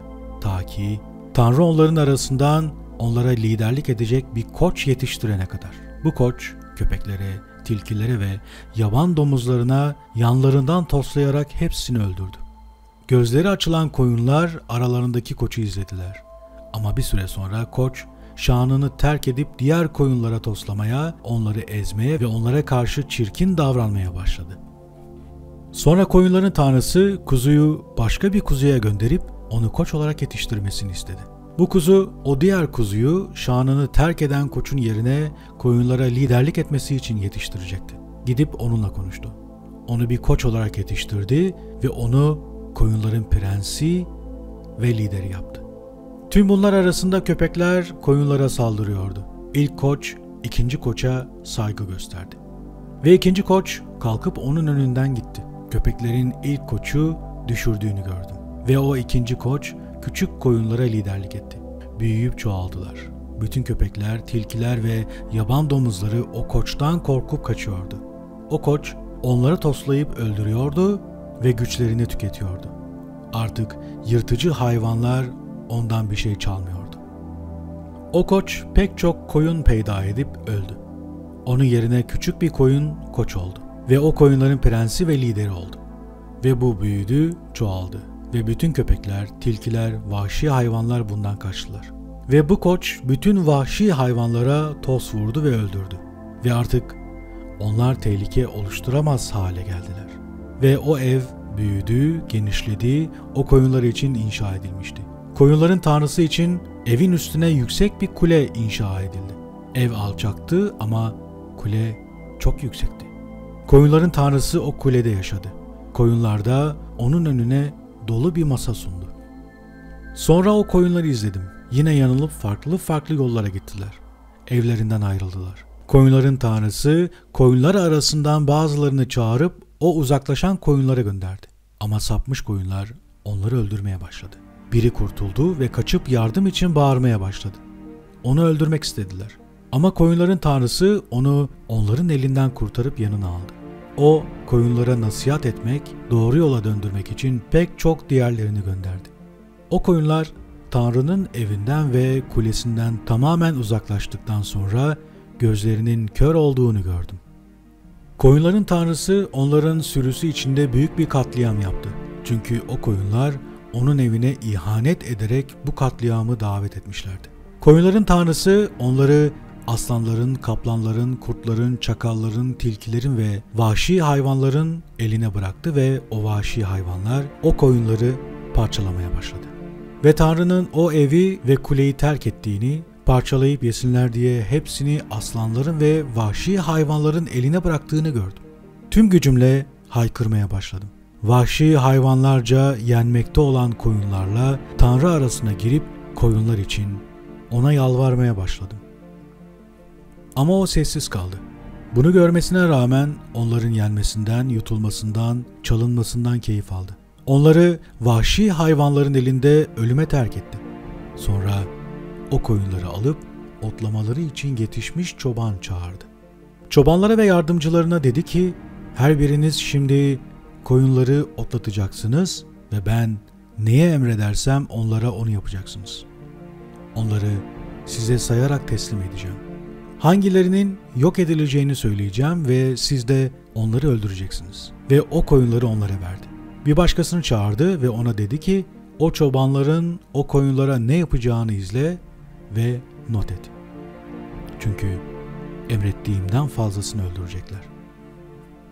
Çobanların kalkışacağı her fazla öldürüşü kaydet. Kaçını benim emrime göre, kaçını ise kendi isteklerine göre öldürdüklerini kaydet. Her bir çobanın yaptığı her öldürüşü ayrı ayrı kaydet. Sonra gelip çobanların kaç koyun öldürdüğünü, kaçını ölüme terk ettiğini bana oku ki bunu onlara karşı bir tanıklık olarak kullanayım. Emrettiğim şeyleri yapıp yapmadıklarını bileyim, anlayayım. Ama onlar bunu bilmeyecek. Sen bunu onlara bildirmeyeceksin ve onlara nasihatte bulunmayacaksın. sadece çobanların yaptığı her şeyi kaydedip bana bildireceksin. O çobanların koyunları otlattıklarını ve sonra kendilerine emredilenden daha fazla koyunu öldürmeye ve yok etmeye başladıklarını, onları aslanların eline bıraktıklarını gördüm. Aslanlar ve kaplanlar o koyunların büyük bir kısmını yedi ve yaban domuzları da onlara eşlik etti. Ayrıca o kuleyi yakıp evi de yıktılar. O kuleye ve koyunların evlerinin yıkılmasına çok üzüldüm. Sonra o koyunların o eve girip girmediğini artık göremedim. Çobanlar ve yardımcıları o koyunları yemeleri için vahşi hayvanların eline bıraktı. Bunların her biri belirli bir sayıdaydı ve kaç tanesinin öldürüldüğü bir deftere yazıldı. Her bir çoban kendisine emredilenden fazlasını öldürmüş, yok etmişti. Ve ben o koyunlar için ağlamaya, feryat etmeye başladım. O vizyonda yazıcının her gün o çobanların yaptığı her bir şeyi, öldürdüğü, ölüme terk ettiği her bir konuyu yazdığını gördüm. Sonra bu defteri alıp koyunların tanrısına gösteriyordu. Defter, koyunların tanrısı önünde okundu. Koyunların tanrısı defteri eline aldı, okudu, mühürleyip yanına bıraktı. Sonra çobanların 12 saat boyunca koyunları otlattığını, o koyunlardan 3 tanesinin gelip o eve girdiğini ve yıkılan her şeyi yeniden yapmaya başladığını gördüm. Yaban domuzları onlara engel olmaya çalıştı ama olamadılar. Her şeyi önceki gibi inşa etmeye, hatta kuleyi tekrar yükseltmeye başladılar. O kule, yüksek kule olarak adlandırıldı. Yine kulenin önüne bir masa yerleştirdiler ama üzerindeki ekmekler kirliydi. Koyunların gözleri kördü, göremediler. Çobanların da öyle. Koyunların çoğunu öldürmeleri için yardımcılarına verdiler ve onlar da koyunları ayakları altında ezdiler ve onları yediler. Tüm koyunlar araziye yayıldı. Vahşi hayvanların arasında kaldı ve çobanlar onları vahşi hayvanların elinden kurtarmadı. Koyunların tanrısı tüm bunları görüyordu. Defter tutan görevli defteri koyunların tanrısının önüne getirdi. Gösterdi, okudu. Çobanların tüm yaptıklarını anlattı ve onun önünde tüm çobanlar aleyhine tanıklık etti. Ve koyunların tanrısı defteri aldı, yanına koydu ve ayrıldı. 89. bölüm.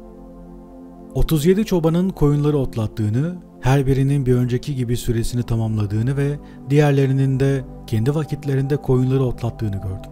Ardından vizyonda göğün tüm kuşlarının geldiğini gördüm. Kartallar, akbabalar, şahinler ve kargalar.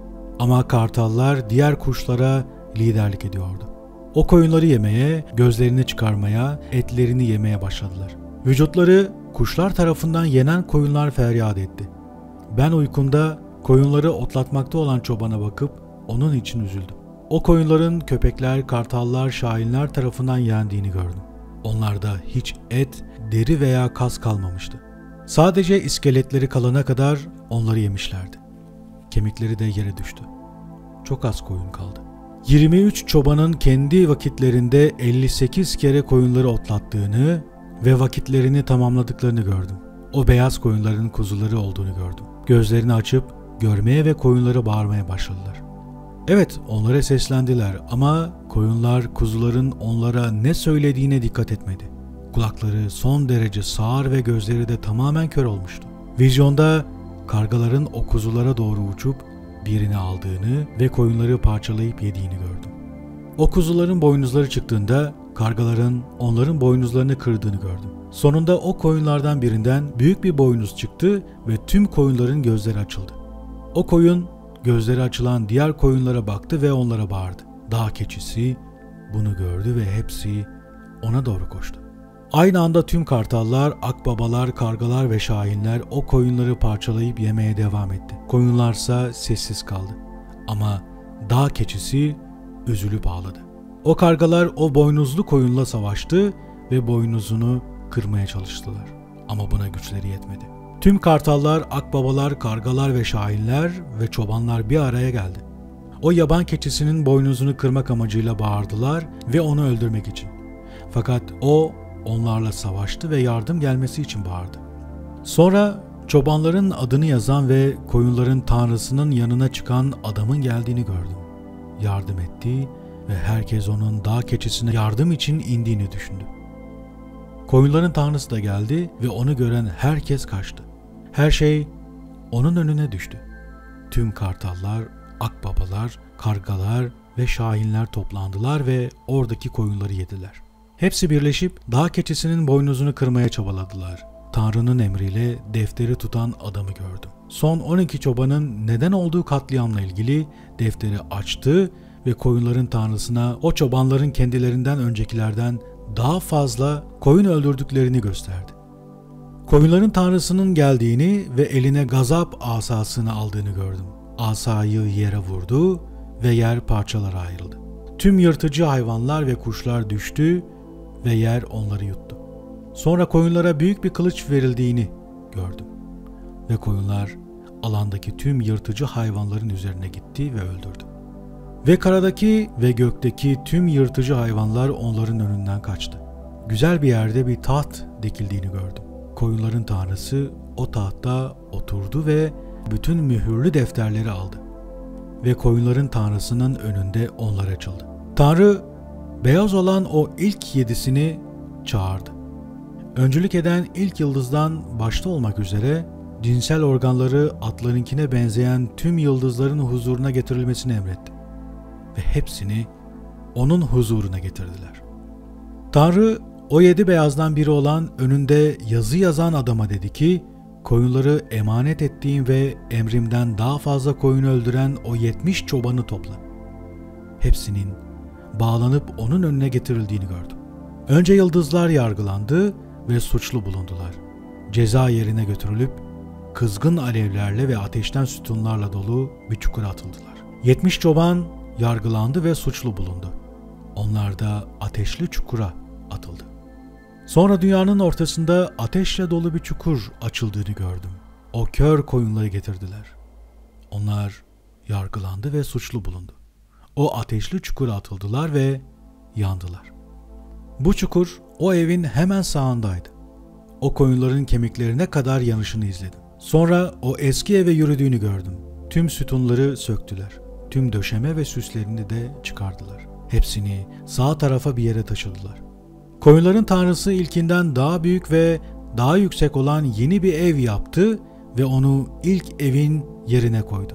Sütunları yeniydi, süsleri yeniydi ve eskisinden daha büyüktü. Tüm koyunlar evin içindeydi. Kalan tüm koyunları gördüm. Yerdeki tüm hayvanlar ve göğün tüm kuşları oraya gelip o evdeki koyunlara biat etti ve söylediklerini yerine getirdiler. Ardından daha önce elimden tutup beni yukarı çıkarmış olan beyaz giysili 3 kişi elimi tuttu. O koçun eli de beni tutuyordu ve beni yukarı kaldırıp yargılama gerçekleşmeden önce o koyunların arasına koydular. Koyunların hepsi beyazdı. Yünleri bol ve temizdi.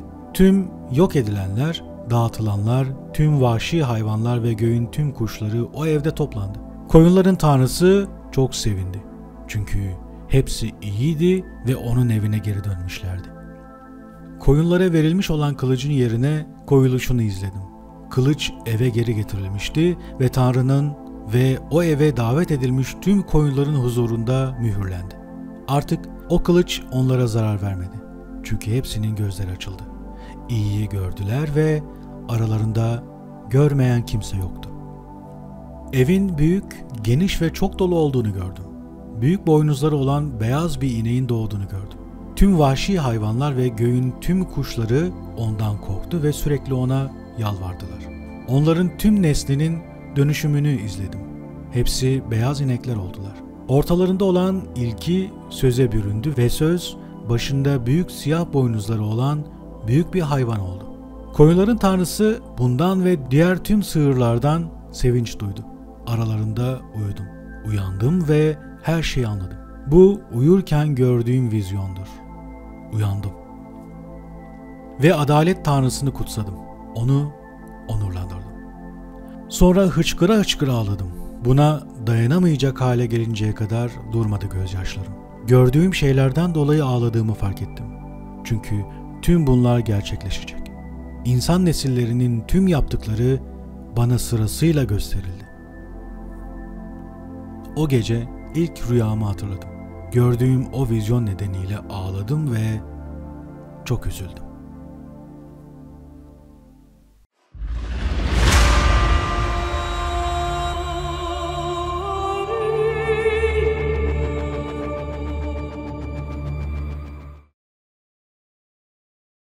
5. kitap.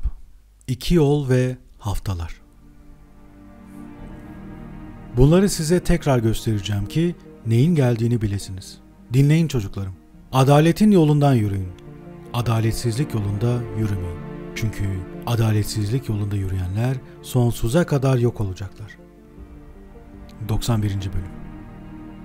Bu bilgelik öğretisi Enok tarafından yazılmıştır. Bu öğreti tüm insanlar için, dünyada yaşayacak olan çocuklarım için ve doğruluk ve huzuru izleyecek olan gelecek nesiller için dünyanın bir değerlendirmesini sunmakta. Zamanın olumsuzlukları yüzünden ruhlarınız kararmasın. Yüce olan her şey için bir zaman ayırmıştır. Adil olan uykudan uyanacak, adalet yolunda yürüyecektir ve onun yolu ve sözü sonsuz iyilik ve rahmettir. O sadıklara merhametli olacak. Onlara sonsuz adalet ve güç verecek. Ebedi ışıkta yürüyecek. Günahsa karanlıkta sonsuza kadar yok edilecek ve o günden sonsuza kadar bir daha görülmeyecek. Haftalar vahyi. 92. bölüm. Sonra Enok kitaplarını çıkardı ve onlardan anlatmaya başladı. Dedi ki, size adaletin çocuklarından, dünyanın seçilmişlerinden, doğruluk ağacından bahsedeceğim. Ben Enok. Size bunları anlatacağım oğullarım. Göksel bir vizyonda bana görünenlere baş meleklerin sözlerinden ve göksel tabletlerinden öğrendiklerime dayalı olarak. Ve Enok kitaplarından anlatmaya başladı ve dedi ki, ben ilk haftada 7. olarak doğdum. Yargı ve adalet henüz sürerken. Benden sonra 2. haftada büyük bir kötülük çıkacak. Bir aldatma yayılacak. Ve o süreçte ilk sonlanış meydana gelecek. O süreçte insanlar kurtarılacak. Ondan sonra adaletsizlik tekrar artacak ve günahkarlar için bir yasa yapılacak. Sonra 3. haftanın sonunda bir insan doğru yargılamanın ağacı olarak seçilecek ve onun nesli sonsuza kadar adalet ağacı olacak. 4. haftanın sonunda ulular ve adiller vizyonları görülecek. Tüm nesiller için bir yasa hazırlanacak ve özel bir yer yapılacak. 5. haftanın sonunda kutsal hakimiyet evi ebedi olarak inşa edilecek. Sonra 6. haftada o zamanda yaşamakta olan herkes kör olacak. Herkesin kalpleri bilgelikten uzaklaşacak. O süreçte o evde bir adam yükselecek. Sonunda hakimiyet evi ateşle yakılacak. Seçilmiş kökün tüm ırkı dağıtılacak. Sonra 7. haftada inancından dönmüş bir nesil yükselecek. Dönmüşlükleriyle pek çok şey yapacaklar ve o dönemin sonunda Tanrı'nın tüm yaratımıyla ilgili 7 katlı bir öğreti aktarmak üzere sonsuz adalet ağacının seçilmiş adilleri belirlenecek. Tüm insanoğulları arasında yüce olanın sesini sıkıntısızca duyabilen kim var? Onun düşüncelerini kim düşünebilir? Göğün tüm işlerine bakabilecek kim var? Kim göklere bakıp onları anlayabilir? Kim bu şekilde bir ruhu görebilir, tanımlayabilir? Yükselip onların faaliyetlerini izleyebilir. Onları düşünebilir veya onlar gibi davranabilir. Tüm insanlar arasında kim dünyanın genişliğini ve uzunluğunu bilebilir? Her şeyin ölçüsü kime gösterildi? Ya da göklerin uzunluğunu, yüksekliğini, ne üzerine kurulmuş olabileceğini, yıldızların sayısını ve tüm ışıkların nerede durduğunu kim bilebilir? Enok adillere öğütte bulunuyor. 93. bölüm. Şimdi size söylüyorum çocuklarım. Adaleti sevin ve adalet içinde yürüyün. Çünkü adaletin yolları kabul etmeye değerdir. Adaletsizliğin yolları ise aniden yok edilecek, sona erdirilecektir. Gelecekteki bir neslin belirli insanlarına zulmün ve ölümün yolları gösterilecek. Onlar da ondan uzak duracak, onu izlemeyecektir. Şimdi size söylüyorum adiller. Kötülüğün yollarında yürümeyin. Ölümün yollarında yürümeyin. Ve onlara yaklaşmayın. Yoksa yok olursunuz. Kendiniz için adaleti arayın. Doğruluk içinde bir hayatı seçin. Huzurun yollarında yürüyün ki yaşayıp bereketlenesiniz. Kalbinizin düşüncelerinde sözlerime sarılın. Bunun kalplerinizden silinmesine izin vermeyin. Biliyorum ki günahkarlar sizi gizli bilgiler aramaya cezbedecektir. Ama gizli bilgilere yer açmayın. Hiçbir ayartma biçiminin sizi küçültmesine izin vermeyin. Saygısızlığı, zulmü, aldatmayı temel edinenlerin vay haline. Çünkü onların sonu ani bir şekilde getirilecektir ve onlar huzur bulmayacaklar. Evlerini günahla kuranların vay haline. Çünkü evleri temelinden yıkılacak, kılıçla devrilecektir. Altın ve gümüş edinmek için yaşayanlar da apansız yargılamayla yok edilecektir. Vay halinize zenginler. Çünkü siz zenginliklerinize güvendiniz ama zenginliklerinizden ayrılacaksınız. Çünkü zenginlik günlerinizde en yüceyi hatırlamadınız. Kafirlik ve adaletsizlik işleyerek katliam gününe, karanlık güne, büyük yargı gününe mahkum ettiniz kendinizi. Size şunu bildiririm ki sizi yaratan sizi devirecektir. Düştüğünüzde size merhamet edilmeyecek. Yaratıcınız sizin mahvedilişinizden keyif alacak. O günlerde içinizdeki doğru olanlar günahkarları, adaletsizlikleri azarlayacaktır. 94. Bölüm. Gözlerim çeşme gibi oldu. Sizi ağlamak, gözyaşlarımı yağmur gibi dökmek ve kalbimin acısını dindirmek için. Suçlamada ve garezde bulunmanıza kim izin verdi? Bunu o kadar çok yaptınız ki, yargılama size mutlaka ulaşacaktır günahkarlar. Onlardan korkmayın adiller. Çünkü Tanrı onları sizin elinize verecektir. Haklı arzularınıza göre onları yargılayabilmeniz için. Vay halinize yüksek sesle çözülmeyen lanetler okuyanlar. Bu günahlarınız yüzünden şifa sizden uzak olacak. Vay halinize komşusuna kötülükte yanıt verenler. Çünkü size de yaptıklarınıza göre yanıt verilecek. Vay halinize yalancı şahitler ve adaletsizlik tartanlar. Apansız yok edileceksiniz. Vay halinize günahkarlar. Çünkü adillere eziyet edersiniz. Adaletsizliğiniz yüzünden teslim alınıp eziyete maruz bırakılacaksınız. Yaptıklarınızın bedeli ağır olacak. 95. Bölüm. Ümitli olun adiller. Günahkarlar önünüzde bir anda mahvolacak. Haklı arzularınıza göre hükümlerini dilediğiniz gibi vereceksiniz. Günahkarların felaket gününde çocuklarınız kartallar gibi yükselecek ve yuvanız şahinlerinkinden yüksekte olacak. Yükselip dünyanın boşluklarına, pikalar gibi kayaların çatlaklarına gireceksiniz. Günahkarlar sizi göremeyecek. Sirenler ağlayacaklar. Neden korkuyorsunuz acı çekmiş olanlar? Şifa bulacaksınız. Parlak bir ışık yolunuzu aydınlatacak ve gökten huzurun sesini duyacaksınız. Vay halinize günahkarlar! Çünkü zenginliğiniz sizi doğruymuş gibi gösteriyor ama kalpleriniz sizi kötülükle suçluyor. Bu gerçek, kötü işlerinizin bir hatırası olarak aleyhinize tanıklık edecek. Vay halinize buğdayın en iyisini yiyenler, büyük bardaklardan şarap içenler ve gücüyle kendilerinden güçsüz olanları ezenler. Vay halinize her çeşmeden su içenler, aniden sarhoş olup solacaksınız. Çünkü hayat çeşmesini terk ettiniz. Vay halinize haksızlığa yaslanan, kandıran, kafirlik edenler. Bunlar kötülüğünüze tanıklık edecek.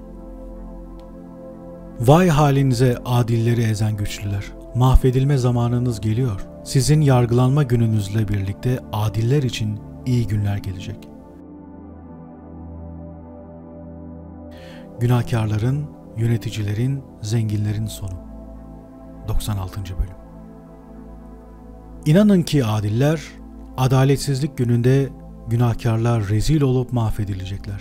Bilin ki günahkarlar, en ulu olan sizin mahvedilmenizi düşünüyor ve göğün melekleri sizin yok olmanızdan keyif duyacak. Yargılama gününde adillerin dua sesini duyduğunuzda ne yapacaksınız günahkarlar? Ve nereye kaçacaksınız? Bu sözün tanıklık edeceği kişilerle aynı sonu paylaşacaksınız. Günahkarların yoldaşı oldunuz. O günlerde adillerin duası Tanrı'ya ulaşacak ve yargılanma gününüz gelecek. Tüm adaletsizlikleriniz Yüce Tanrı önünde okunacak. Yüzünüz utançla kaplanacak. Çünkü Tanrı adaletsizliğe dayalı tüm işleri reddeder. Vay halinize, denizde ve karada yaşayan günahkarlar. Anılarınız kötülükle dolu. Vay halinize. Adaletsiz bir şekilde gümüş ve altın edinip zengin olduk, hazinelerimiz oldu. İstediğimiz her şeyi elde ettik. Şimdi planladığımız şeyi yapabiliriz. Çünkü çok gümüş biriktirdik ve evlerimizde pek çok kölemiz var. ambarlarımız su gibi yoğun diyenler. Yalanlarınız su gibi dağılacak. Zenginliğiniz ansızın terk edecek sizi. Her şeyi haksızlıkla edindiniz ve o yüzden büyük bir lanet bulacaksınız. Size, bilgilere ve aptallara yemin ederim, dünyada pek çok garip şey göreceksiniz. Siz erkekler kadınlardan daha çok süs takacak, bakirelerden daha renkli giysiler giyeceksiniz. Tüm o ayrıcalık, lüks, güç, gümüş, altın, varlık, şıklık ve yiyecekler su gibi dağılacak. Öylelerinde eğitim ve bilgelik olmayacaktır. Eşyalarıyla birlikte mahvolacaklar. Şöhret ve görkemle dolu olmalarına rağmen ruhları utanç, yıkım ve yokluk içinde ateşe atılacak. Size yemin ettim günahkarlar, bir dağın köle olmayacağı, bir tepenin, bir kadının hizmetçisi olmayacağı nasıl açıksa, günahlarında dünyaya dışarıdan gönderilmediği, insanın onu kendi kendine yarattığı açıktır. Bunu yapanlar büyük bir lanetin içine düşecek. Kadına kısırlık verilmemiştir. Ama kendi elleriyle yaptıkları yüzünden çocuksuz ölecektir. Yüce ve adil olan adına size yemin ettim günahkarlar, tüm kötü işleriniz göklerde görülmektedir. Ve hiçbir zulmünüz örtülü veya gizli değildir. Her gün, her günahın göklerde en yücenin huzurunda yazıldığını, ruhunuzla veya kalbinizle bilmediğinizi, anlayamayacağınızı mı düşünüyorsunuz? O halde gaddarlığınızla işlediğiniz tüm zulümlerin yargı gününüze kadar her bir gün yazıldığını biliyorsunuz artık. Vay halinize aptallar! Çünkü aptallığınızla mahvolacaksınız. Bilgeleri dinlemiyorsunuz ve o yüzden sizin kaderinizde iyi şeyler yok. Artık yıkım gününe hazırlandığınızı biliyorsunuz. Yaşamayı umursuyorsunuz günahkarlar. Ama ayrılacak ve öleceksiniz. Fidye ile kurtulamazsınız. Büyük yargı gününe, ruhlarınızın felaket ve büyük utanç gününe hazırlanıyorsunuz. Vay halinize kötülükler yapan, kanla beslenen katı kalpliler. Yediğiniz, içtiğiniz iyi şeylerin kaynağı nedir? En yüce olan Tanrı'nın dünyaya bolca verdiği iyi şeylerden huzur bulamayacaksınız. Vay halinize haksız işleri sevenler. Neden iyi işler umuyorsunuz? Bilin ki adillerin eline verileceksiniz ve onlar da sizi boğazınızı keserek öldürecek. Size acımayacaklar. Vay halinize adillerin sıkıntısından keyif duyanlar. Çünkü sizin için mezar kazılmayacak. Vay halinize doğruluk sözlerine hiç değer vermeyenler. Hiç hayat ümidiniz olmayacak. Vay haline yalan ve sorumsuzca sözler yazanların. Onlar o yalanları yazar ki insanlar duyup komşularına insafsızca davransın. O yüzden onlar huzur bulmayacak. Apansız ölecekler. 97. Bölüm. Vay halinize fesat çıkarıcılar, yalancılıklarıyla ünlü olanlar. Mahvolacaksınız. Erdemli bir hayatınız olmayacak. Vay haline doğruluk sözlerini saptıranların, ebedi yasayı çiğneyenlerin, kendilerini olmadıkları şeylere çevirenlerin ayaklar altında ezilecekler. O günlerde hatırlatma duaları etmeye hazırlanın adiller. Bunları meleklerin önünde bir tanıklık olarak sunacaksınız ki onlar da en yücenin önünde günahkarların günahlarını hatırlatabilsin. O günlerde ülkeler karışacak ve yıkım gününde ülkelerin insanları ayaklanacak. O günlerde fakirlik içindeki gebeler çocuklarını düşürecek. Kucaklarındaki çocuklarını da terk edecekler ve çocukları onlar yüzünden ölecek. Evet, emzirdikleri çocuklarını terk edecekler ve bir daha dönmeyecekler. Sevdiklerine acımayacaklar. Yine size yemin ederim günahkarlar, bitmek bilmez bir kan dökülüş günü hazırlanıyor sizin için. Altından, gümüşten, ahşaptan, taştan ve kilden oyma şekiller yapan putperestler ve bilmeden bile olsa kirli ruhlara, şeytani meleklere ve her tür put tanrılarına tapanlar bunlardan hiçbir fayda bulamayacaklar. Kalplerinin ahmaklığı yüzünden suça ortak olacaklar. Kalplerinin korkusu ve rüyalarında gördükleri şeyler onların gözlerini kör edecek. Bunlar yüzünden hilekar ve paranoyak olacaklar. Bir taşa taparak tüm işlerini bir yalana dayandırdılar. O yüzden bir anda yok olacaklar. O günlerde bilgelik sözlerini kabul edip anlayanlara, en yücenin yollarını izleyenlere, onun adaletinin yolunda yürüyenlere, haksızlıklarla birlikte haksızlık yoluna girmeyenlere ne mutlu. Onlar kurtarılacak. Vay halinize komşularına kötülük yayanlar.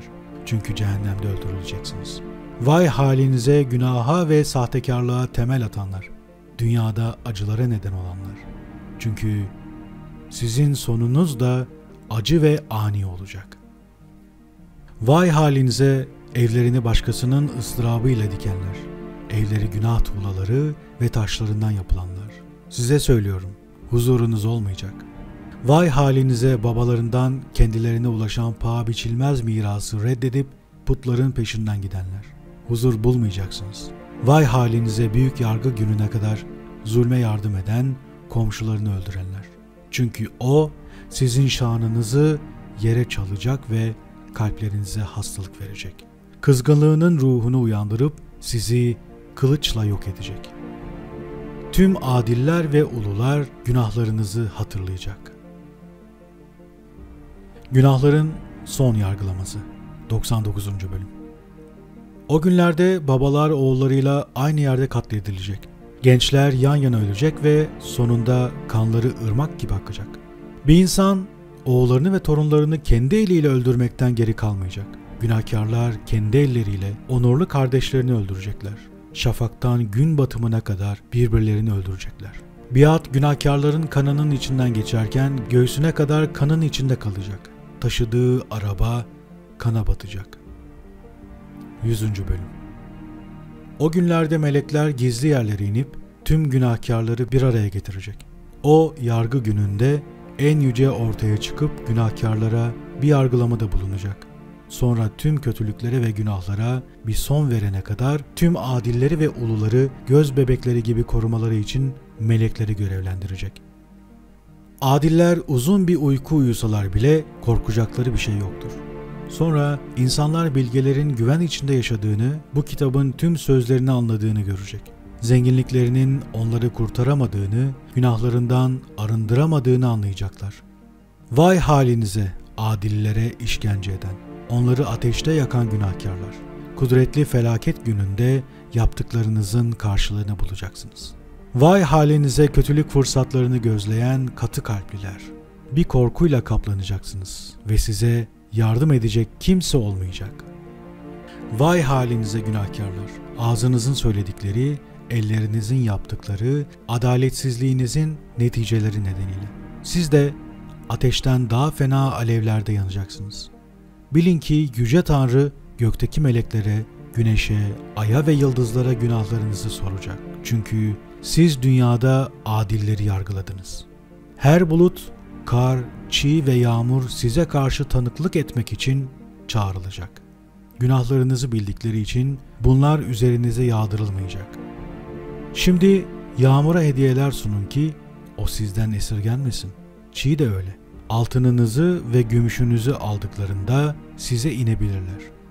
O günlerde kıra ve kar fırtınaları tüm felaketleriyle üzerinize indiğinde onlara karşı duramayacaksınız. Tanrı korkusu. Yargı gününde dehşet ve huzur. 102. bölüm. O günlerde Tanrı üzerinize acı verici bir ateş getirdiğinde nereye kaçacaksınız? Kendinizi nerede koruyacaksınız? Size sözünü bildirdiğinde korkup dehşete kapılmayacak mısınız? Tüm ışık taşıyanlar büyük bir dehşetle korkacak. Tüm dünya korkup titreyecek. Tüm melekler aldıkları emirlere uyacak. En yücenin önünden kendini gizlemek isteyecekler. İnsanoğlu sallanıp titreyecek. Ve siz günahkarlar sonsuza kadar lanetleneceksiniz. Huzurunuz olmayacak. Ama siz korkmayın adil olanlar. Adalet içinde öldüğünüz için umutlu olun. Eğer ruhunuz büyük bir acı içinde Şeol'e inmişse, eğer yaşamınız boyunca bedeniniz iyiliğinizin hak ettiği şeyleri bulamamışsa artık üzülmeyin. Günahkarların yargılanma ve lanetlenme gününü bekleyin. Siz öldüğünüzde günahkarlar der ki, adiller nasıl ölüyorsa biz de öyle ölüyoruz. Yaptıklarından ne fayda buluyorlar? Tıpkı bizim gibi keder ve karanlık içinde ölüyorlar. Bizden ne fazlaları var? Ölümden sonra eşitiz. Ne elde edecekler? Sonsuza kadar ne görecekler? Bak, onlar da öldü ve artık sonsuza kadar ışık görmeyecekler. Sonuç aynı. Ölüp hiç var olmamış gibi oldular ve ruhları acı içinde Şeol'e indi. Size söylüyorum günahkarlar. Siz yemeyle, içmeyle, günah işlemeyle, hırsızlıkla, başkalarını soyarak zengin olup güzel günler görmeyle tatmin oluyorsunuz. Adilleri, onların sonunun nasıl olduğunu düşündünüz mü hiç? Ölüm günlerine kadar onlarda zulüm bulunmaz. Adillerin ve günahkarların kaderi. 103. bölüm. Yüce, onurlu ve güçlü olanın namıyla size and içiyorum adiller. Bir gizemi anladım. Gök tabletlerini okudum. Kutsal kitapları gördüm. Orada sizler için yazılanı gördüm. Orada tüm iyiliğin, neşenin ve huşunun hazırlandığı kişilerle ilgili bir şey yazılıydı. O yazı adalet içinde ölenlerin ruhları için yazılmıştı. Yaptıklarınızın karşılığında fazlasıyla iyilik ve bereket bulacaksınız. Adalet içinde ölenlerinizin ruhları yaşayacak ve sevinç içinde olacak. Yüce olanın önünde dünyanın tüm nesilleri boyunca sonsuza kadar ruhlarınız ve ruhlarınızın hatıraları ölmeyecek. Artık günahkarların kötü muamelelerinden neden korkasınız? Vay halinize günahlarının zenginliği içinde ölen günahkarlar. Sizin gibi olanlar sizin hakkınızda şöyle der. Ne mutlu günahkarlara. Çünkü onlar hayatlarını yaşadılar. Bak nasıl bolluk ve zenginlik içinde öldüler. Hayatlarında dert veya felaket görmediler. Hepsi onur içinde öldü. Hayatları boyunca yargılama görmediler. Bilinsin ki onların ruhları Şeol'e düşürülecektir. Büyük bir felaketle mahvolacaklar. Karanlık zincirler içindeki ruhlarınız acı bir yargılamanın olduğu bir ateşin içine girecek. Büyük yargılama dünyanın tüm nesilleri boyunca devam edecek. Vay halinize! Çünkü sizin için huzur olmayacak. Hayatta olan adillere ve iyilere de şöyle demeyin. Felaket günlerimizde çok acı çektik ve tüm zorlukları tattık. Tüm kötülükle karşılaştık.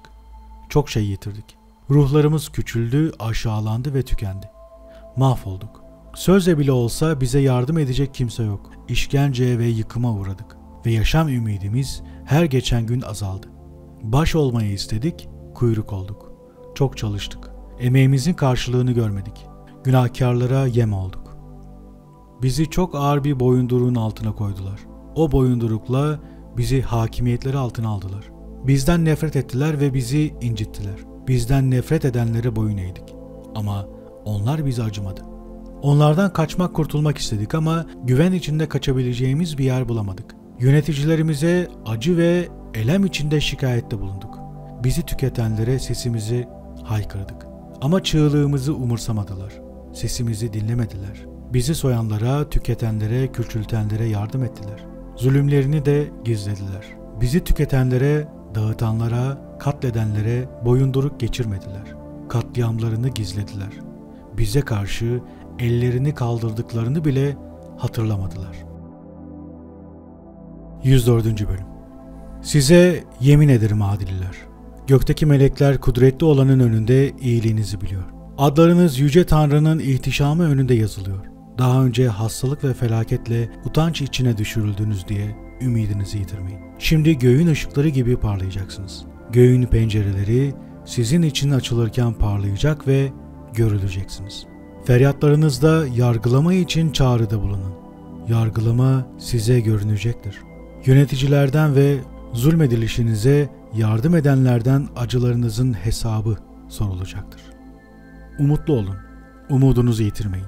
Çünkü gökteki meleklerin sevinci kadar büyük bir sevinç duyacaksınız. Büyük yargı gününde saklanmanız gerekmeyecek. Günahkar bulunmayacaksınız ve dünyanın tüm nesilleri boyunca ebedi yargı sizden uzak olacak. Günahkarların güçlendiğini, işlerinin yolunda gittiğini gördüğünüzde korkmayın adiller. Onlarla yoldaş olmayın. Onların zulmünden uzak durun. Çünkü siz göğün topluluklarıyla dost olacaksınız. Günahkarlar, günahlarımızın hepsi keşfedilip yazılmayacak diyorlar. Ama günahları her gün kaydediliyor. Şimdi size o aydınlığı ve karanlığı, gündüzü ve geceyi gösteriyorum. tüm günahlarınızı görün. Kalplerinizde kötü olmayın, yalan söylemeyin, hayasız sözler etmeyin. Yüce Tanrı'yı yalanlayıp putlara yönelmeyin.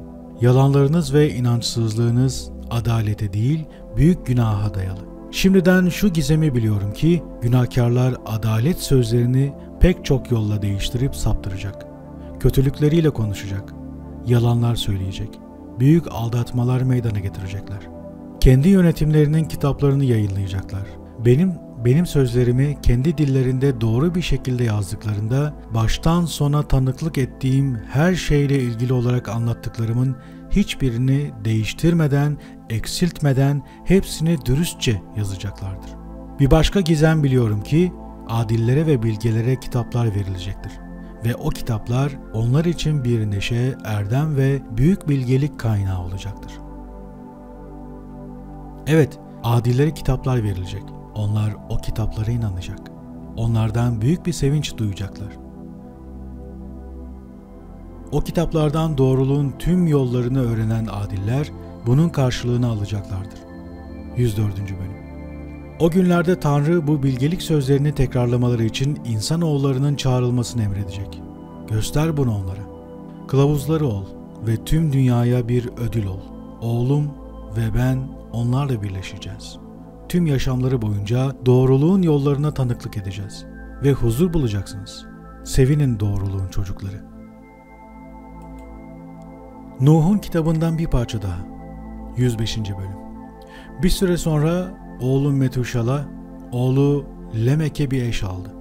Eşi ondan hamile kaldı ve bir oğul doğurdu. Vücudu kar gibi beyaz ve açan bir gül gibi kırmızıydı.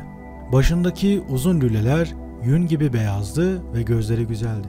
Gözlerini açtığında tüm evi güneş gibi aydınlattı. Evet, tüm ev ışık oldu.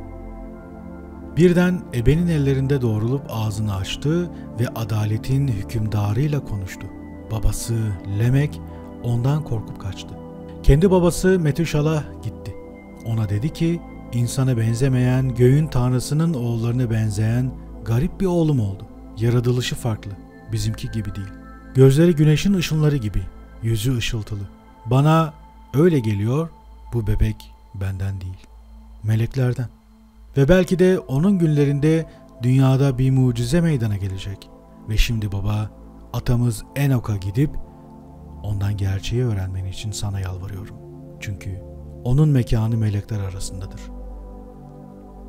Metuşal'a oğlunun sözlerini duyduğunda bana geldi. Dünyanın en ucuna. Benim orada olduğumu duydu ve gelip yüksek sesle bağırdı. Sesini duyup ona geldim. Ona dedim ki, İşte buradayım oğlum, bana geldim. Cevap verdi. Büyük bir neşe nedeniyle ve yaklaştığım rahatsız edici bir vizyon nedeniyle geldim sana. Dinle baba. Oğlum Lemek'in bir oğlu oldu. Yaratılışı insan doğasına benzemiyor. Rengi kardan daha beyaz, gülden daha kırmızı. Saçı beyaz yünden daha beyaz ve gözleri güneşin ışınları gibi. Gözlerini açtığında tüm evi aydınlattı. Ebenin ellerinde doğrulup ağzını açtı ve göğün tanrısını kutsadı. Babası Lemek korktu ve bana geldi. O bebeğin ondan olmadığına, göğün meleklerinden olduğuna inanıyor. İşte ben de sana geldim, bana doğruyu söyleyesin diye. Ve ben, Enok, ona cevap verdim. Tanrı dünyada yeni bir şey yapacak. Bir vizyonda gördüm bunu. Babam Yeret'in neslinde göğün bazı melekleri Tanrı'nın sözünü çiğnedi. Günah işliyor. Yasayı çiğniyorlar. Onlar kendilerini kadınlarla birleştirip onlarla günah işlediler. Bazılarıyla evlenip onlardan çocuk sahibi oldular. Dünyada devler meydana getirecekler. Ruha göre değil, bedene göre. Sonra dünyada büyük bir ceza olacak ve dünya tüm kirlerden temizlenecek. Evet, dünyada büyük bir yıkım olacak. Büyük bir tufan meydana gelecek ve 1 yıl boyunca büyük bir yıkım gerçekleşecek. Oğluna doğan bu çocuk hayatta kalacak. 3 çocuğu da onunla birlikte kurtarılacak. Dünyadaki tüm insanlar öldüğünde o ve oğulları kurtarılacak. Onun soyundan ruhsal değil ancak ete bürünmüş devler olacak. Dünyada büyük bir cezalandırma olacak ve dünya kötülüklerden arınacak. Şimdi oğlun Lemek'e de ki, ona doğan onun gerçek oğludur. Adını Nuh koyun. Çünkü o hayatta kalacak. O ve oğulları günah ve sadakatsizlik nedeniyle dünyada meydana gelecek olan büyük yıkımdan kurtarılacak. Sonra dünyada öncekinden de büyük bir adaletsizlik gelişecek. Çünkü ben uluların gizemlerini biliyorum. Tanrı bana gösterdi. Açıkladı ve gök tabletlerinde okudum. O tabletlerde peş peşe nesillerin yoldan sapacağı yazılıydı. Sonunda adil bir nesil gelecek ve sapkınlık yok edilecek. Tüm dünyada günah sona erdirilecek ve dünya iyilikle dolacak. Ve şimdi gidip oğlun Lemek'e bildir ki, doğan çocuk gerçekten onun oğludur ve bu yalan değildir. Metuşala, onu gizli olan her şeyi gösteren babası Enok'un sözlerini duyduktan sonra geri döndü. Öğrendiklerini oğluna anlattı ve çocuğun adını Nuh koydu. Çünkü tüm yıkımdan sonra dünyayı o rahatlatacaktı. Enok oğlu Metuşala için ve ondan sonra gelenlerin son günlerde yasayı koruyabilmeleri için bir kitap daha yazdı. Siz iyiliğin yolundan gidenler, kötülük için çalışanların sonunun getirileceği ve sapkınların gücünün sona erdirileceği güne kadar bekleyin. Günahlar sona erdirilene kadar bekleyin. Çünkü günahların adları hayat kitabından ve diğer kutsal kitaplardan silinecek. Onların tohumları ve ruhları yok edilecek. Bir boşlukta ağlayıp feryat edecek. Sonu olmayan bir ateşte yanacaklar. Ve orada görünmez bir bulut gibi bir şey gördüm. Derinliğinden dolayı onu tam olarak göremiyordum ama parlak bir şekilde yanan bir alev gördüm. Parlayan dağlara benzer şeyler etrafta daireler çiziyor. İleri geri hareket ediyordu. Benimle birlikte olan baş meleklerden birine sordum. Bu parlayan şey nedir? Çünkü o gökyüzü gibi değil. Yanan bir ateşin parıltısı gibi ve bir ağlayış, feryat, acı sesi çıkarıyor. Ve o da bana dedi ki, gördüğün bu yer günahkarların ruhlarının atılacağı yerdir.